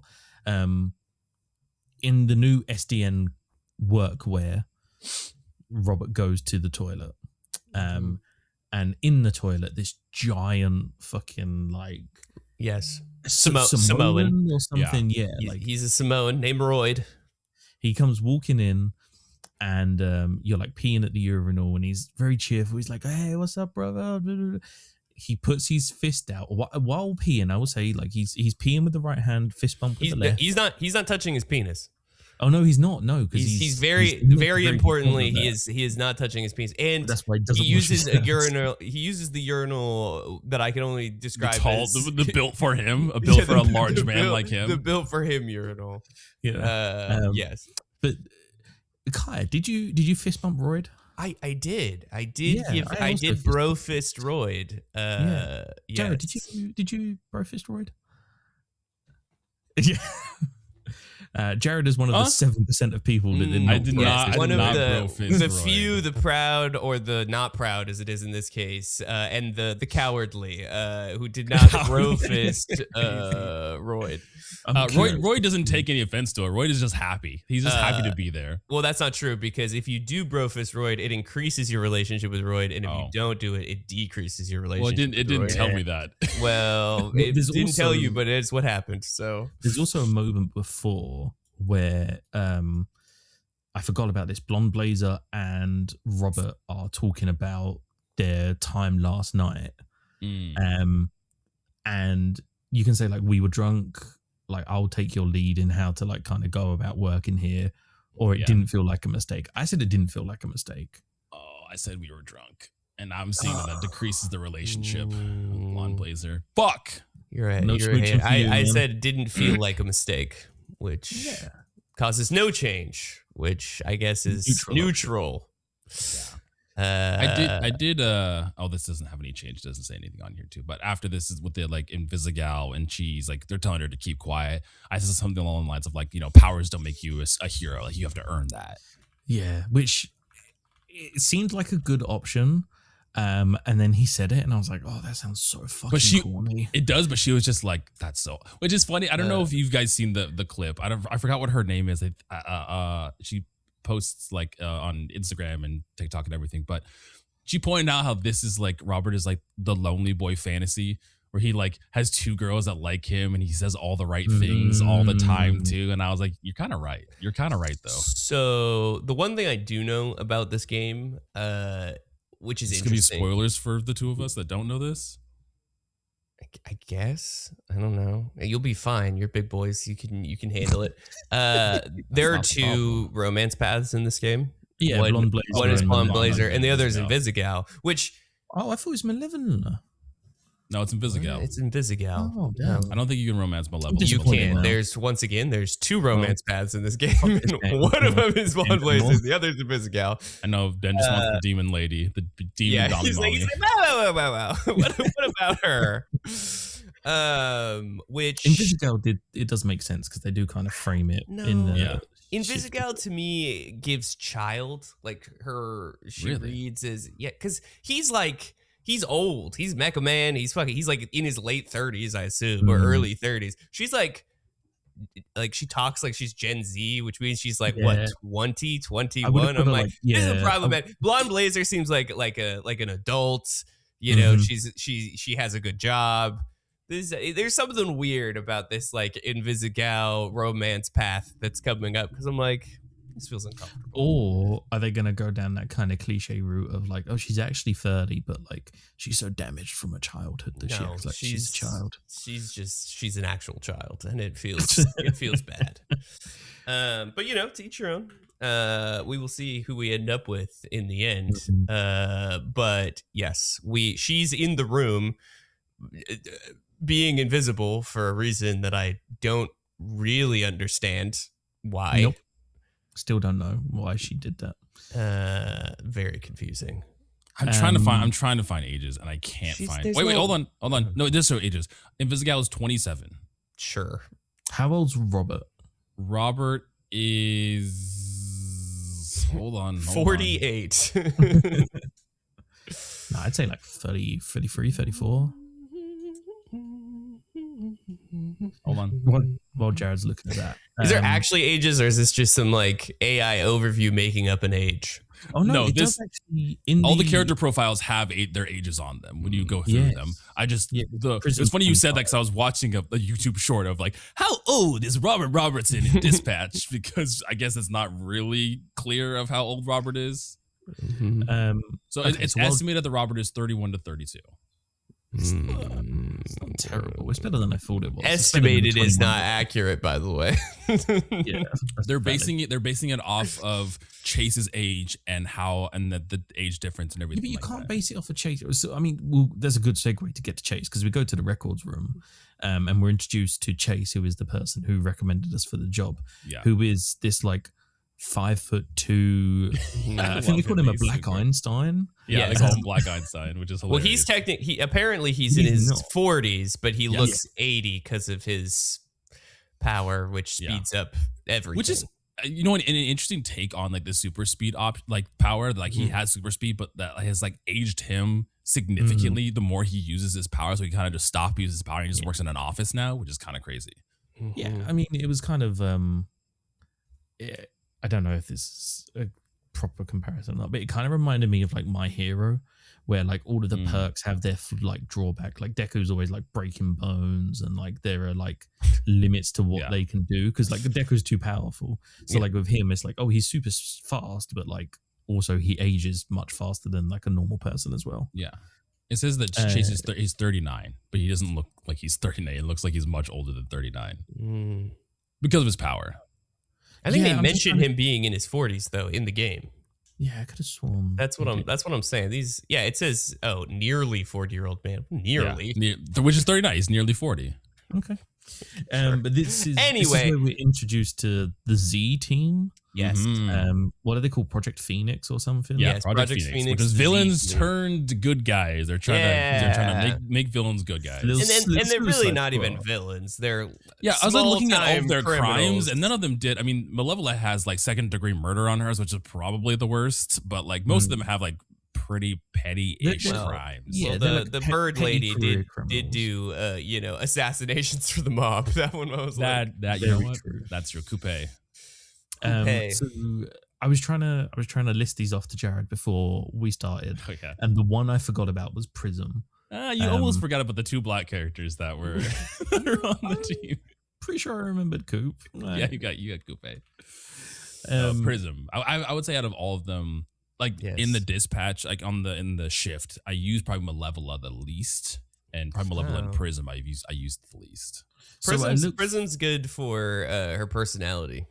Yeah, that's what I there was like two fins that I sent her to that were like all about charisma and stuff. Looking at the fins, my most sent hero was Coupe.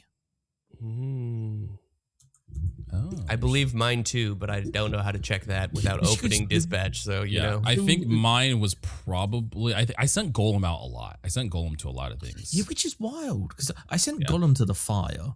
So we'll get to that. So you introduce to the characters, and they all have their own kind of quirks and stuff, and then we're thrown into our first shift. This sentence is awesome. Prism's voice actor, Thought Squad, is a rapper. How is your video game character name less fucking weird than your real name? That's crazy. Thought Squad. So we're sent in to do an actual shift.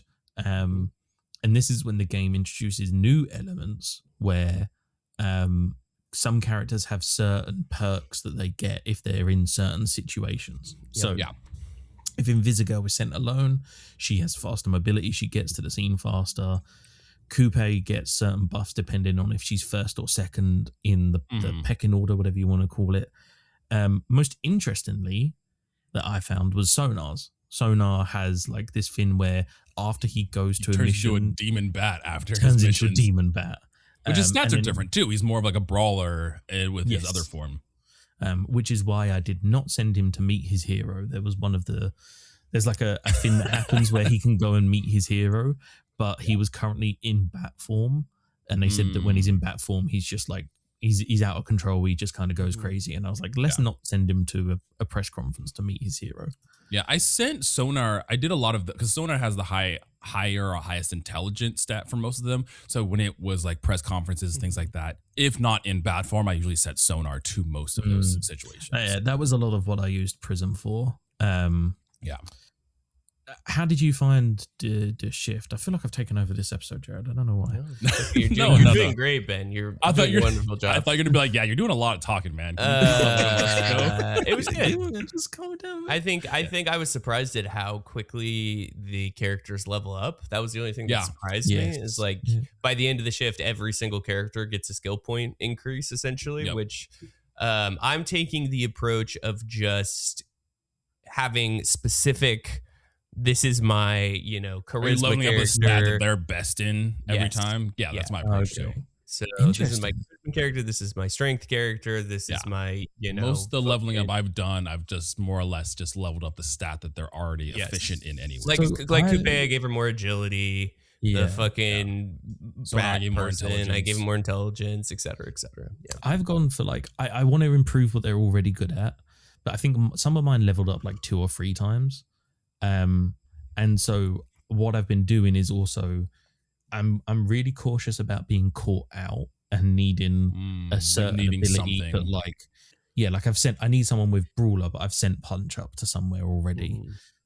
So there's a couple where like if they're really shit at brawling, I haven't really bothered.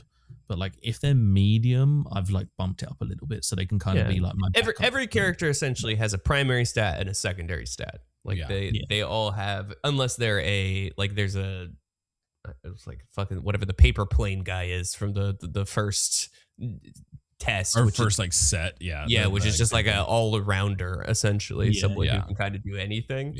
But every character kind of has that primary slot, and then like usually it's just like a big point, so it goes in 2 directions. Which no, I mean I like this. Like this is. I like juggling out, like figuring out what character is best for what situation, managing the cooldowns, pivoting if you need to change up a certain character. Like I said, I think Sonar was most of my intelligence, and I use Prism for other aspects. But like I said, sometimes I ran into situations where either characters were on cooldowns, Sonar was a demon bat, characters were out doing other missions. That's why I think I sent Golem to certain aspects, which was fun. Also hilarious, the Golem's voiced by Young Gravy. I think that's crazy. Yeah. Well, For me, so like Golem's a really good instance because like there's a fire that happens, and I sent Golem and somebody else, and they got like caught up with something, and because I sent Golem, I was able to use Golem because he's essentially he's kind of like Clayface from Batman. He's just like this exactly like Clayface from Batman. And so I was able to use him to put the fans out. I'd like to put the flames out. I was like, just like smother the flames of your body. I did the same thing. You eventually at the end of this, you get one kind of final mission, and it's like it's a Granny's donut shop, and Invisigal's like, I'll take this alone, which is kind of when you learn that she can, you know, operate by herself, and she's sent alone to things that she can get there quicker. I tried to take her out because when it comes you don't have an option. No, you can try, but she's like, no, I'm not fucking like, because all the other guys talk about how she's banned. It's like some sort of shop, and she's like banned from this shop. So I was like, well, I'm not going to send her somewhere she's banned. But I guess it's thematic because you have to send her to do it. Yeah. More importantly, when you get there, she asks you what your favorite donut is. What did you guys pick for your favorite donut? Simple glazed, which I got an achievement for picking the least picked donut, which I was like, damn. See, now, personally, I would go for like a simple glazed out of the 3 options, but I picked a Long John.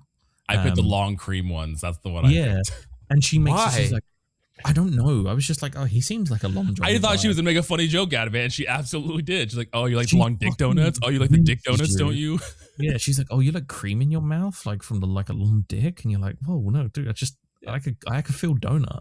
And she's like, yeah, you like dick in your mouth. And he's like talking, he's like, oh yeah, I love cream. I love long donuts in my mouth. It doesn't matter what donut you choose. She just makes a remark. I say glazed. She's like, oh yeah, I bet you like to get glazed all over your mouth. And I was like, okay, fucking Jesus Christ. Once again, a basic bitch comment or something. People are too horny if that's what you're. If being degraded by a woman is the thing that you're into, you need to do some self-reflection. I don't understand how they're setting up this to be a romance. She's kind of just an asshole. I'm like, this is not a nice person, but because we can fix her, Kai. We can't fix her.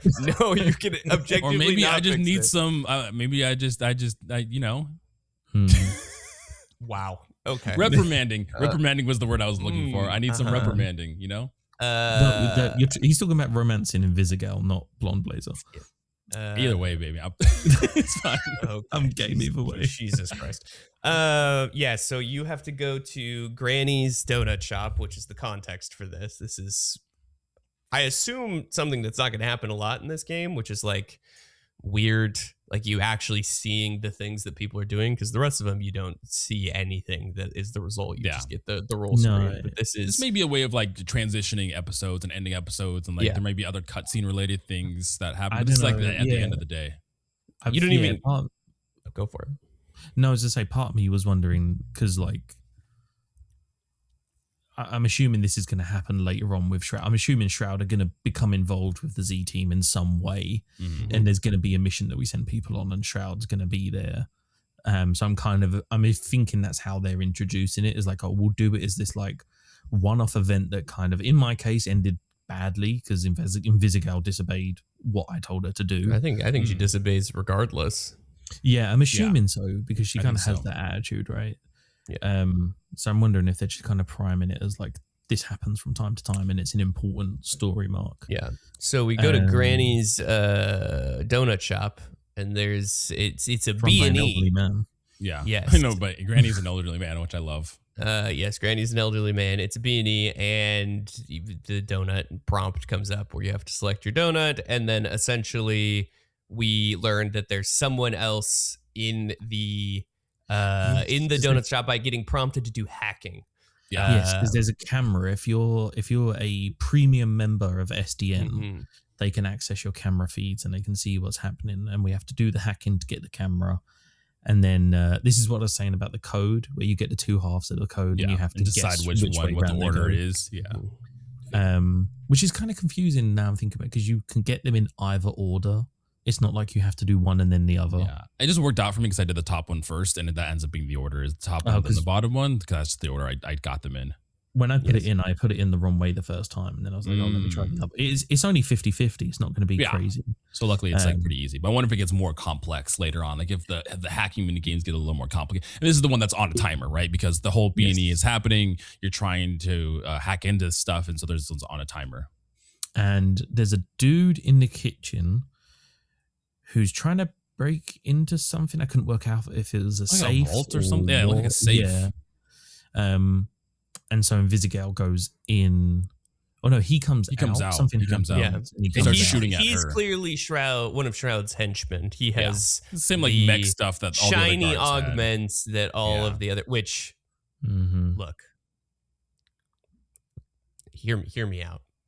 A guy who's interested in killing Mecha Man who has the ability to build things of incredible. You saying this is gonna be his dad? I don't know if it's gonna be his dad or if it's going to be the person who actually built the Mecha Man suit, but like, it's pretty fucking obvious here that this is, my man has a grudge against the only other superhero who has like a built suit who uses technology, and it just happens to be a guy who does the same thing. It's like, because that's something that we should clarify. Is the reason we start at SDN is because Blonde Blazer says that she wants to get the suit repaired. They have the resources to help us build the suit back. Royd is the person to rebuild the suit. Yes. Yeah. So either this is our father, or it is a friend or acquaintance of our father in some way who is involved in the manufacturing of said Mecha Man suit. Or it's Waterboy. It's not Waterboy. This doesn't even make sense to be Waterboy.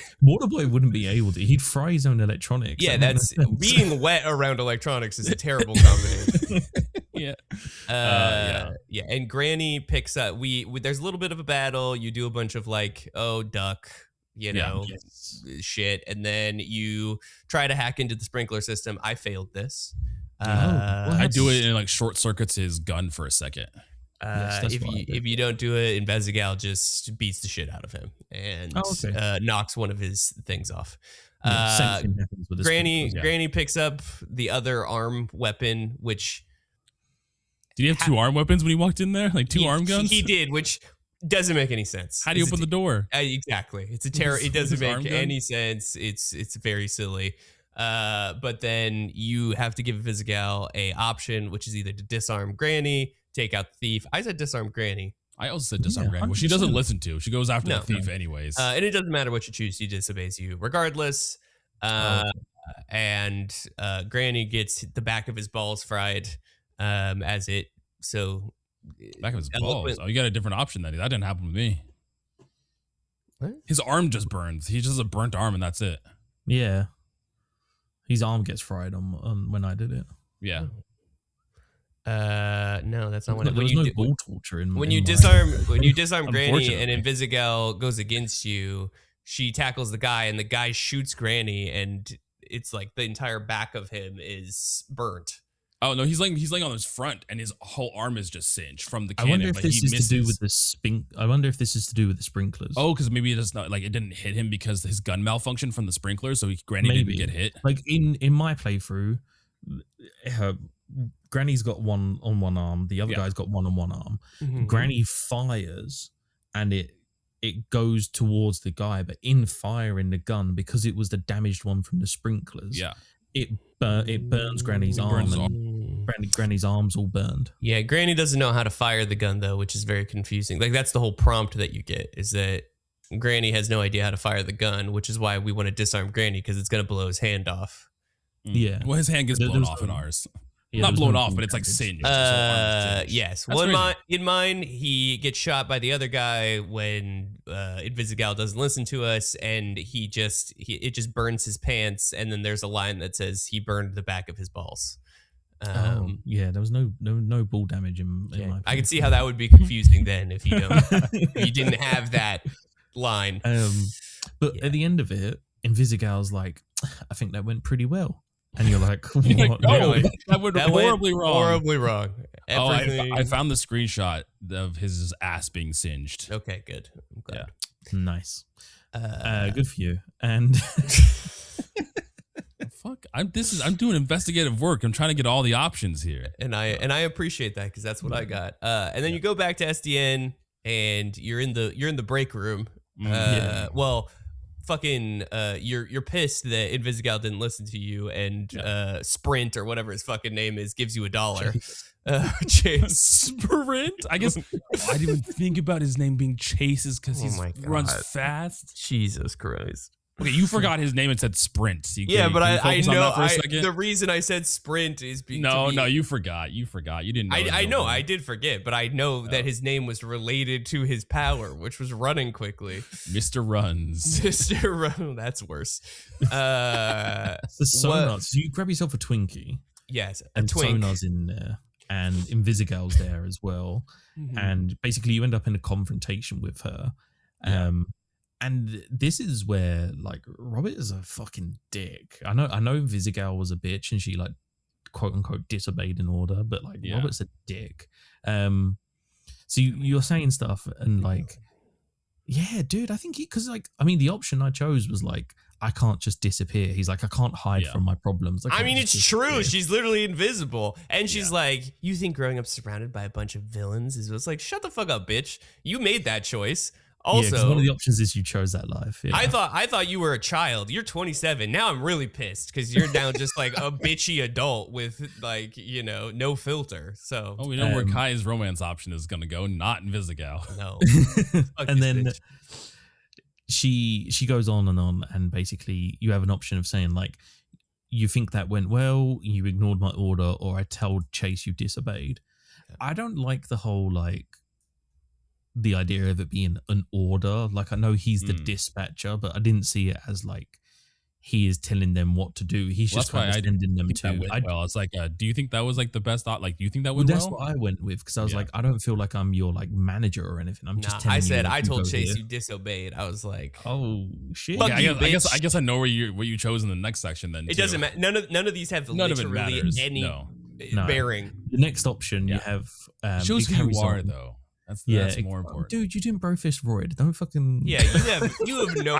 That's what I was saying on this story. That does not have an impact None of these have any impact on this story. We have a better relationship with Royd. Yeah. I don't need Royd. That's fine. I got Invisigal, Blonde Blazer, and that's the one manufacturing your...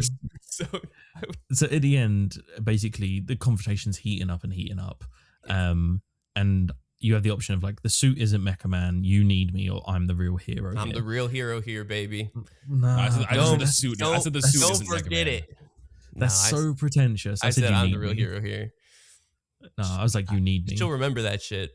Yeah, well, she punches you, bro. She smacks you in the fucking face. Right in the face. And then Sona comes over and is like, yeah, exactly. She's gonna happen regardless. And Sona comes over and is like, "You gonna eat that twink? You gonna eat those twinks?" He's like, "That's not what they're called. That's not good." Yeah. Then you get pulled into a conversation with Blonde Blazer. Blonde Blazer and Chase is there too. Yeah. And redemption. I didn't turn that bitch in. I'm not a fucking snitch. I also didn't turn her in. I said I could have done better. Oh no, I was like, the options are the air's dry, Visigal pumped me. I said the air is dry. That's what I said as well. I was like, like it's really dry. Yeah, like the Blonde Blazer's like, I guess we'll look into that. I was like, it's fine. I was like, I'm not gonna tell on her because like I feel like it's, I don't know. Yeah, I feel like she can learn from it, and I feel like I could do it without Blonde Blazer needing to know. Yeah. What did you pick, Jared? I completely blanked. What are we talking? The fucking Blonde Blazer. What did you say? Air's dry, bumped my head, turned her in. He didn't turn her in, so I'm assuming. Yeah. I did bump my head, and then I didn't turn her in. I said I could have done better. And it's funny if you bumped your head because she's like, usually that happens if you bump the back of your head. He's like, your nose is by your eyes on your face. And he's like, oh, I bumped my face. Oh no! And the second one, I said the perp got away. I was just I could have done the perp got away. It wasn't a good result. Yeah. And then the fucking twist. You leave the office. And oh god, shit! What did I pick? Oh no, I didn't ask her out. You get the option here to ask her out. I didn't ask her out either. You get three out. options. It's like thanks. It's like thanks for setting this up. I'm glad I'm here too. Yeah. Or do you want to grab dinner? So I said thanks for setting this up because I was like Robert's probably happy that he's got this job. I just did. I'm glad I'm here. I'm glad I'm here too. I was like, you want to grab dinner?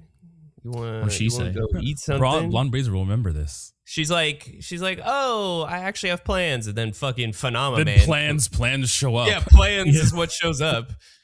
And I played it cool. I was like, I'm not. And then he's like, oh, we're flying to Japan, and I was like, okay, this was brilliant dialogue because like so good.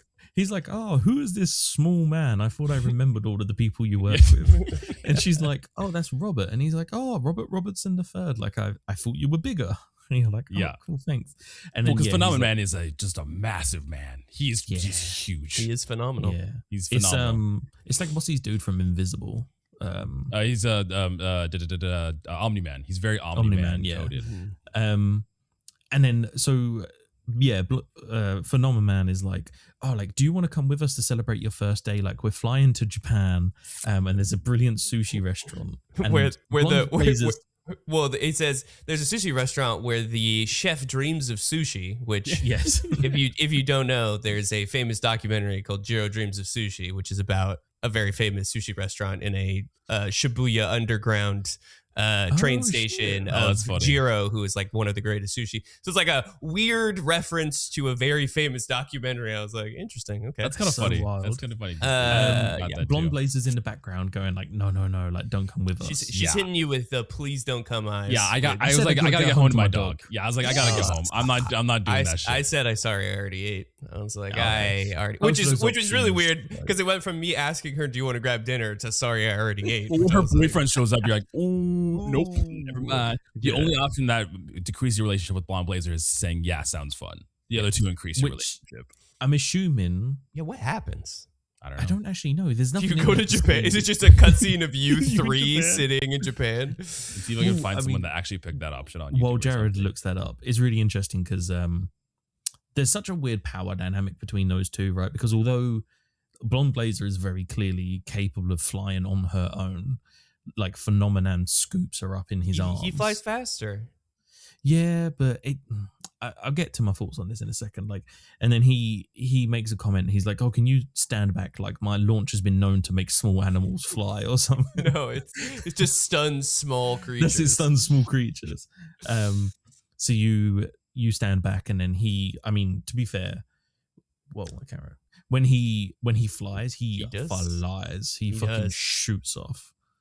And then that's the end of end of episode 2. You go home, and I think this is when you get the chance to feed the dog? Bro, no one picks that option. I can't find it anywhere. Yes, this is where you're sitting at home and Beef approaches you, and I gave him pets, but you can feed him cereal. But my man is about to bust out of his skin like a sausage casing. I think. Ben's getting emotional because you made the wrong choice. No, I'm doing a Jared. I've got to clear my throat. I think now I'm saying it, I think I actually just pet him. I don't think I gave him cereal because I was like, that is a chunky dog. Thank you. You're doing a crime. Yeah, I'm doing dog abuse. I'm looking after this creature. He's a good boy. He's a good boy. So I guess while Jared's still fact checking, I'm learning I'm very, very cynical. I don't like Phenomenon, and I think potentially he's gonna be a controlling dude, and it's gonna be some sort of because the way he says stuff is he's very like, oh, like, I know all of the people you work with. Mm-hmm. Who is this person? Like, why do I not know who he is? And I was like, that's a bit weird. And he can fly faster. But also, I don't know, it just kind of... I read it as more of like control-y vibes. Blonde Blazer, Phenomenon is Phenomenon. Phenomenon, we didn't really talk about it, but he is the like spokesperson and salesman for SDN. He's the dude. There's a commercial that plays when you first sit in your SDN interview where, he is like essentially removing a boulder from a car so that a girl can get to band practice. And that's what prompts you talking to Waterboy, who's like... Because I was like, she's not going to band practice. Yeah, she's not going to band practice. And he's like, what? And then he says that he's a fan of Phenomenon, which then you're given an option to respond. And I said he's phenomenal because I didn't want to hurt his feelings. But it seems like, Blonde Blazer is kind of in the shadow of Phenomenon, and Blonde Blazer wants to be seen as her own person and entity. It reminds me a lot of the boys. It reminds me a lot of Homelander and Maeve in that same like dynamic. Hopefully it's not that relationship. Fucking hell. Well, yeah, hopefully it's not that relationship, but just that dynamic of like Homelander is like the best superhero, and he's essentially thinks he's better than her. And I don't know if that's exactly here, but it kind of gives those vibes. I couldn't find anything, and I was starting to get to the point where it's like looking at all options. I don't want to see things that are not more of this game. So I was like, I'm just gonna stop looking. I don't know what happens if you choose that. I don't know how you didn't find it, because I literally Googled what happens if you go to Japan with Blonde Blazer and found a short that immediately tells you what happens. Okay, well, that's not what I looked up. I'm sorry, my Googling skills aren't as good. No, she says, she's like, oh, actually, I don't know if we can add one more to the reservation. And more importantly, in order for us to get there in time, we'd have to hit supersonic speed, and Robert here can't handle it. Damn. She's like, oh, he would die. She's like, he would die? She's like, yeah, I think he would die. And Phenomenon's like, oh, perhaps another time. So she basically like cock blocks you. And she mouths to you. Not cock blocks you. We cuck blocks us, which is probably good. We sit there and watch them eat sushi. That's not like that's the evening that Robert So wants. she's like behind him. So from over his shoulder, she mouths to you, what the fuck? Yeah. And you lose that option. You lose, you decrease relationship with him. I didn't mean to flex on you on my Googling skills there, Jared. I'm sorry. He did. He flopped his big googly dick out and was your toxic dick out on the on the table. Yeah, that is all for this episode. Going through the first 2 episodes of Dispatch. Exciting. I think a pretty damn good start. We're gonna go around and kind of gauge how we're feeling about the the intro to this game. And again, we always like to speculate of what we think is going to happen. Kai, I'm going to pass it off to you. You want to sum up kind of your feelings so far? Game fucking slaps, dog. Woo!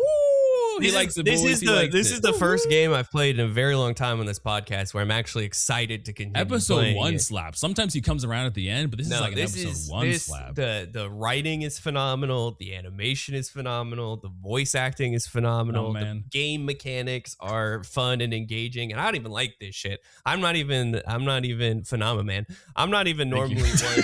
There we go. I recognize your dumbass joke.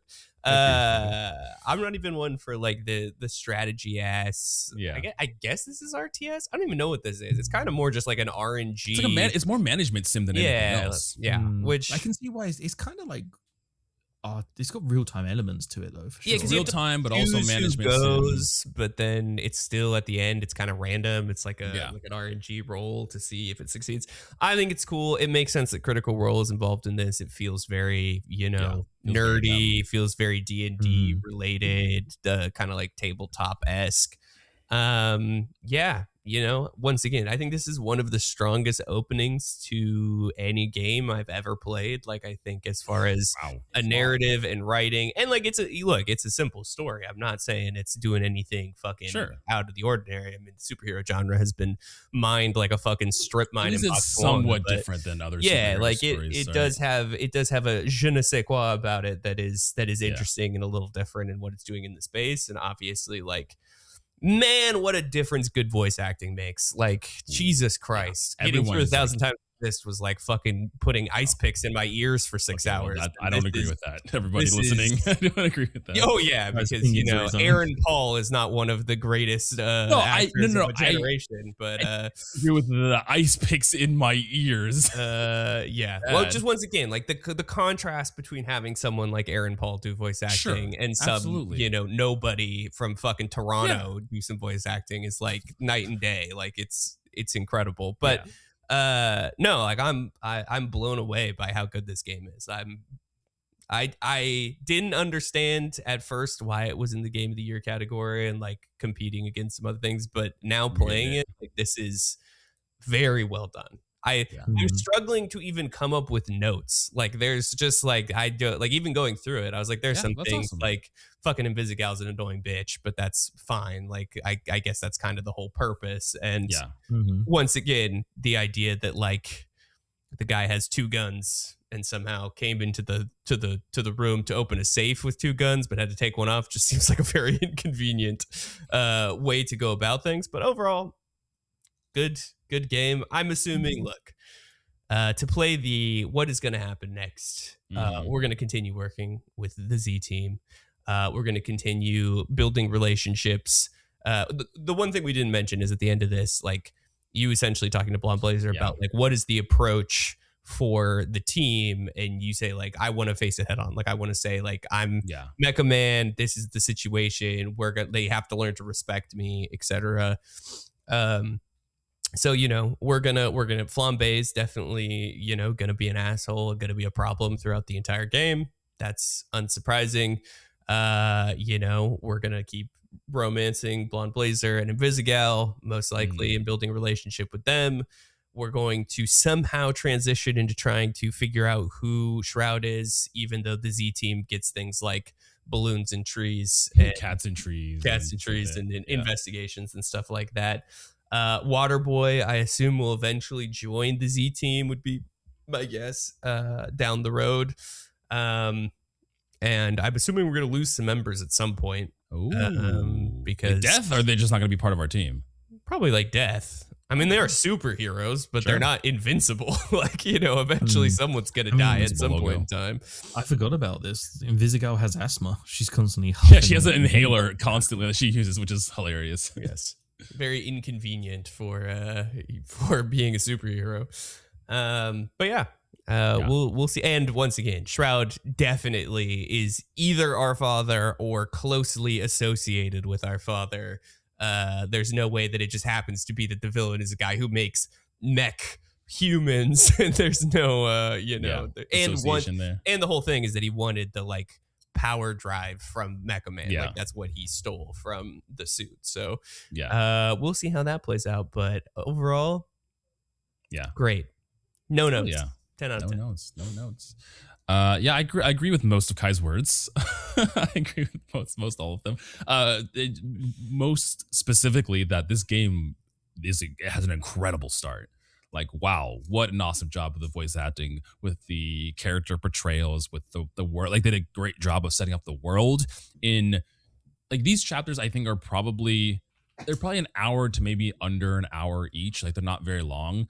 And even though this game, so far from what we played, hasn't stayed for very long, they've done a great job of like building the world and what's happening and what all the characters, and everyone feels it's like a real lived in world. All the characters feel unique and authentic and everything too. And then just adding on gameplay mechanics of, your decisions are going to have certain consequences to them. And even I know we have like problems too with the games giving us a facade of choice, but even the choices that don't feel like they lead to different outcomes in the game, it still feels like it just builds out the lore of the world more, right? Even if it doesn't have an exact like gonna change the direction, it still feels like it is mattering in what we choose, which I think is good for the player because it makes all the choices feel important for the person that's actually playing the game too.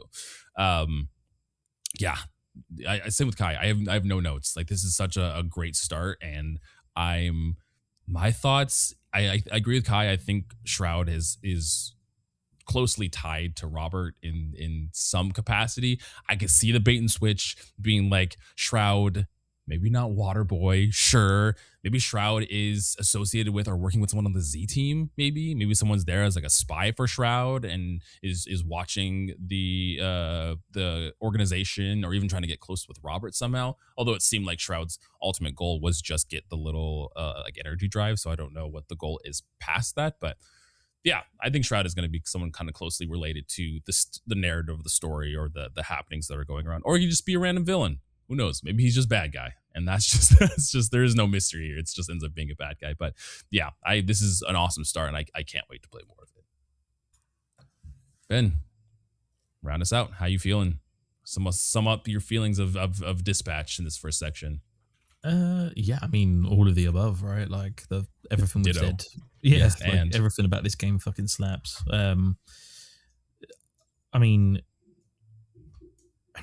I am kind of interested to see. I do think, and again, maybe this is just me being super distrusting, I think there's something dodgy about Phenomenon. Oh yeah, I think so too. I wouldn't be surprised if it was maybe more of like a PR thing, like she's kind of piggybacking off of him being so successful, and like that's how she's kind of elevated her fame. But like to get her, that sounds. She's really not horrible. in love. She doesn't love him. I think she's a real man. I think she was at least in love with him at first.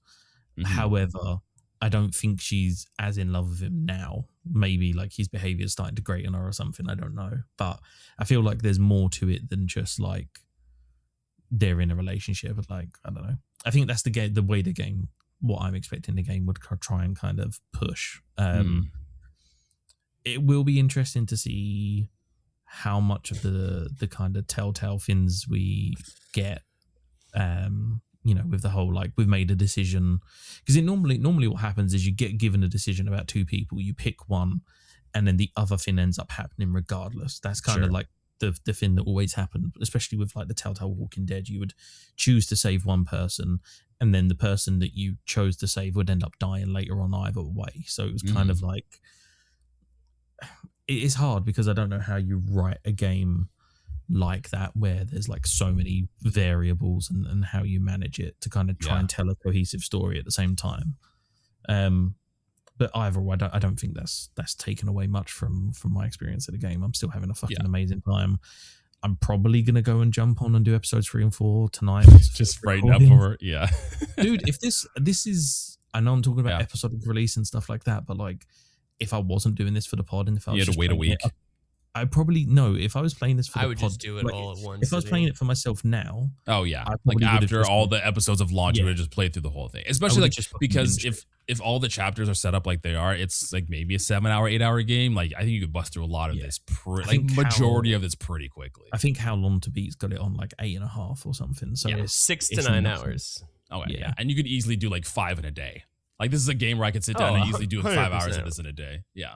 I mean, it's mostly watching. It's not even like... It's like a TV show, right? You're sitting back and you're watching, which is, I think, is a good, obviously we'll touch on this at the end of the show, like recommending it. But like, this is a game you can watch. Like if you have a partner, if you have someone like sitting with people, it's not multiplayer, but it's one of the best games to like interact with other people with.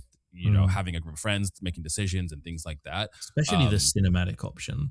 Yeah. The decision bar is quick though. Like you gotta choose. You gotta choose quickly because and you can't like pause and look at it because you pause it blurs out the options. You can't see anything. So you have to interesting. Yeah. Because that's the thing that's always interesting is like Ellie likes to like take a moment and think about things. Yeah. And I'm very like, I like to play it. If it's a spur of the moment thing, I like to play it spur of the moment. So I don't really want to pause and think like, oh, what would I do? It's kind of like gut reaction. I mean, you can like, obviously if you pause and unpause, it'll show the options. You could pause again and like, what the options are, but you can't just pause and look at them. It blurs the whole background. So you can't just pause and look at the options while you're sitting there. I think for me, it's just kind of, because I tried doing that. It defeats the purpose for me. Cause it's kind of like that gut split second reaction. What would you do? Yeah, I agree, but I oftentimes, like this happened a lot in 1,000 Times Resist, where I like a cutscene happened, I paused the game and I just like sat and like thought, and I was like, oh, if this happens, this happens. Like I do that anyways in games that aren't like decision based games, so it's just like it just naturally happens. Still chose to not fist pump like throw fist roid. You had all that time to fucking pause it. And you know what's gonna be hilarious? It's gonna be hilarious when like Royd is like part of Shroud's team and you fist bump him and like that leads to a whole thing about him being evil, and just watch. Yeah. Are you Googling things? Don't spoil things. Actually, when you fist bump him, you placed a tracker on your nose. When you fist bump him, the butterfly wing falls off, the butterfly effect, and all this bad shit is happening. I was reading about the development of this game. They took 7 years to write the first season of this, and people wanted season 2, which is like, good luck. But additionally, one of my favorite things is there's a lot of players that, because they're talking about the romance options, and they took out, they made sex scenes originally for this game and they decided to take them out. And a lot of people are mad about that, but a lot of people ship Waterboy and Flambe, which I think is adorable. Oh, yeah. Like flames. Exactly, flames and water. Just put them out and put me on. Dude, I mean, the Pokemon video game community in general has been obsessed with the fucking Vaporeon being the perfect pocket pussy. I mean, Waterboy, permanently wet. I mean, as far as, that's true, slippery pussy. Just got that bussy, that wet bussy all the time. Wow. What a way, wet bussy. What great way to end the episode.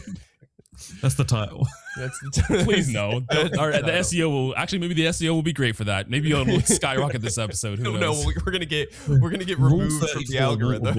It's gonna be like Rule 34 water. Yeah, Spotify's gonna take our episode down. Is what's gonna happen. Yeah. Okay. Well, yeah, that is all for this episode of Dispatch. The next episode is gonna be a little longer in like distance between each episode, just because we have the 300th episode in between here. So episode 2 of Dispatch will actually come out at the end of March 24th is when that episode comes out. And so you have to wait a little bit longer for that. I mean, we can record it anytime, so we could play it at any moment. That's fine. But it seems like in that episode, we're going to kind of, like Kai said, have an official meeting with the team and with the Z team and everything. Robert is taking this very seriously, and he says, the reason why it's been unsuccessful before is because you've been trying to teach this team like a superheroes and they're all supervillains. You have to have a supervillain mentality. You have to go about it in a different way if you're teaching a superhero villain versus superhero. Which is wild because that's just like the exact opposite of what Robert does. So I wonder how that's going to go. Yeah. I mean, he seems confident. So I mean, he does something. All right, that's all you need. Yes. In the next episode of the podcast, it's going to be, like I said at the top of the show, it's going to be Might Get Wrecked with Claire, talking about Stray and Boyfriend Dungeon. So be excited for that. And like I said, next episode of Dispatch is coming out on March 24th. So it's going to be a good time. All of us will probably be playing it and recording it much sooner than that. So that'll be a good time. Yeah, gentlemen, anything else about Dispatch before we head out of here? Let us know in the Discord and on social. Invisigal. Blonde Blazer. Ooh, that's the poll you should put, not the bro face. You should put that as the poll. Maleficent. Malevolent. Maleficent? Not yes, Maleficent. because there's also a lot of fan art of Malevola, which obviously is not a romanceable character, but there's a lot of people begging to be a romanceable character. I mean, it is a crime. It is truly a crime that you can't romance Malevola. I'll say it. I mean, it's a crime that there's no ethnic baddies. That's my fucking yeah. I mean, Coupe. We're gonna make an argument that Invisigal is ethnic. No, I was like Coupe and Prism. You can't romance them. True. Oh, okay, right. That's what I'm saying. I will say Invisigal is very ethnically ambiguous, though. Like, what I race can't tell is if she? she's supposed to be Asian or just like a white. I can't tell. Like either. scene girl. It's very confusing. I don't know. She kind of has that anime look where it's like, what are you? Blonde Blazer is very clearly a white. Blonde Blazer is white. That is a white. That woman. one. Yeah, that one we know. Sure. But yeah, I would love to know your choices. I know a couple people are playing along in the Discord too. So curious of what you guys all chose. And again, like I said, the poll. Who do you romance? Yeah, who are you romancing? That's do you also think that Invisigal is annoying? Like, or who? An even better question is, who would you romance if you could? That you can't. Maybe you want to romance Gollum. Maybe you want to romance Waterboy. You know, you got that icky sticky. You know, he's wet. He's not sticky. Well, you don't know that. Right? You know, I don't. You don't know how that works. I don't. And with that, everybody, thanks for listening. Thanks for supporting the show as always. And we'll see you next week. Peace out, everybody. Bye.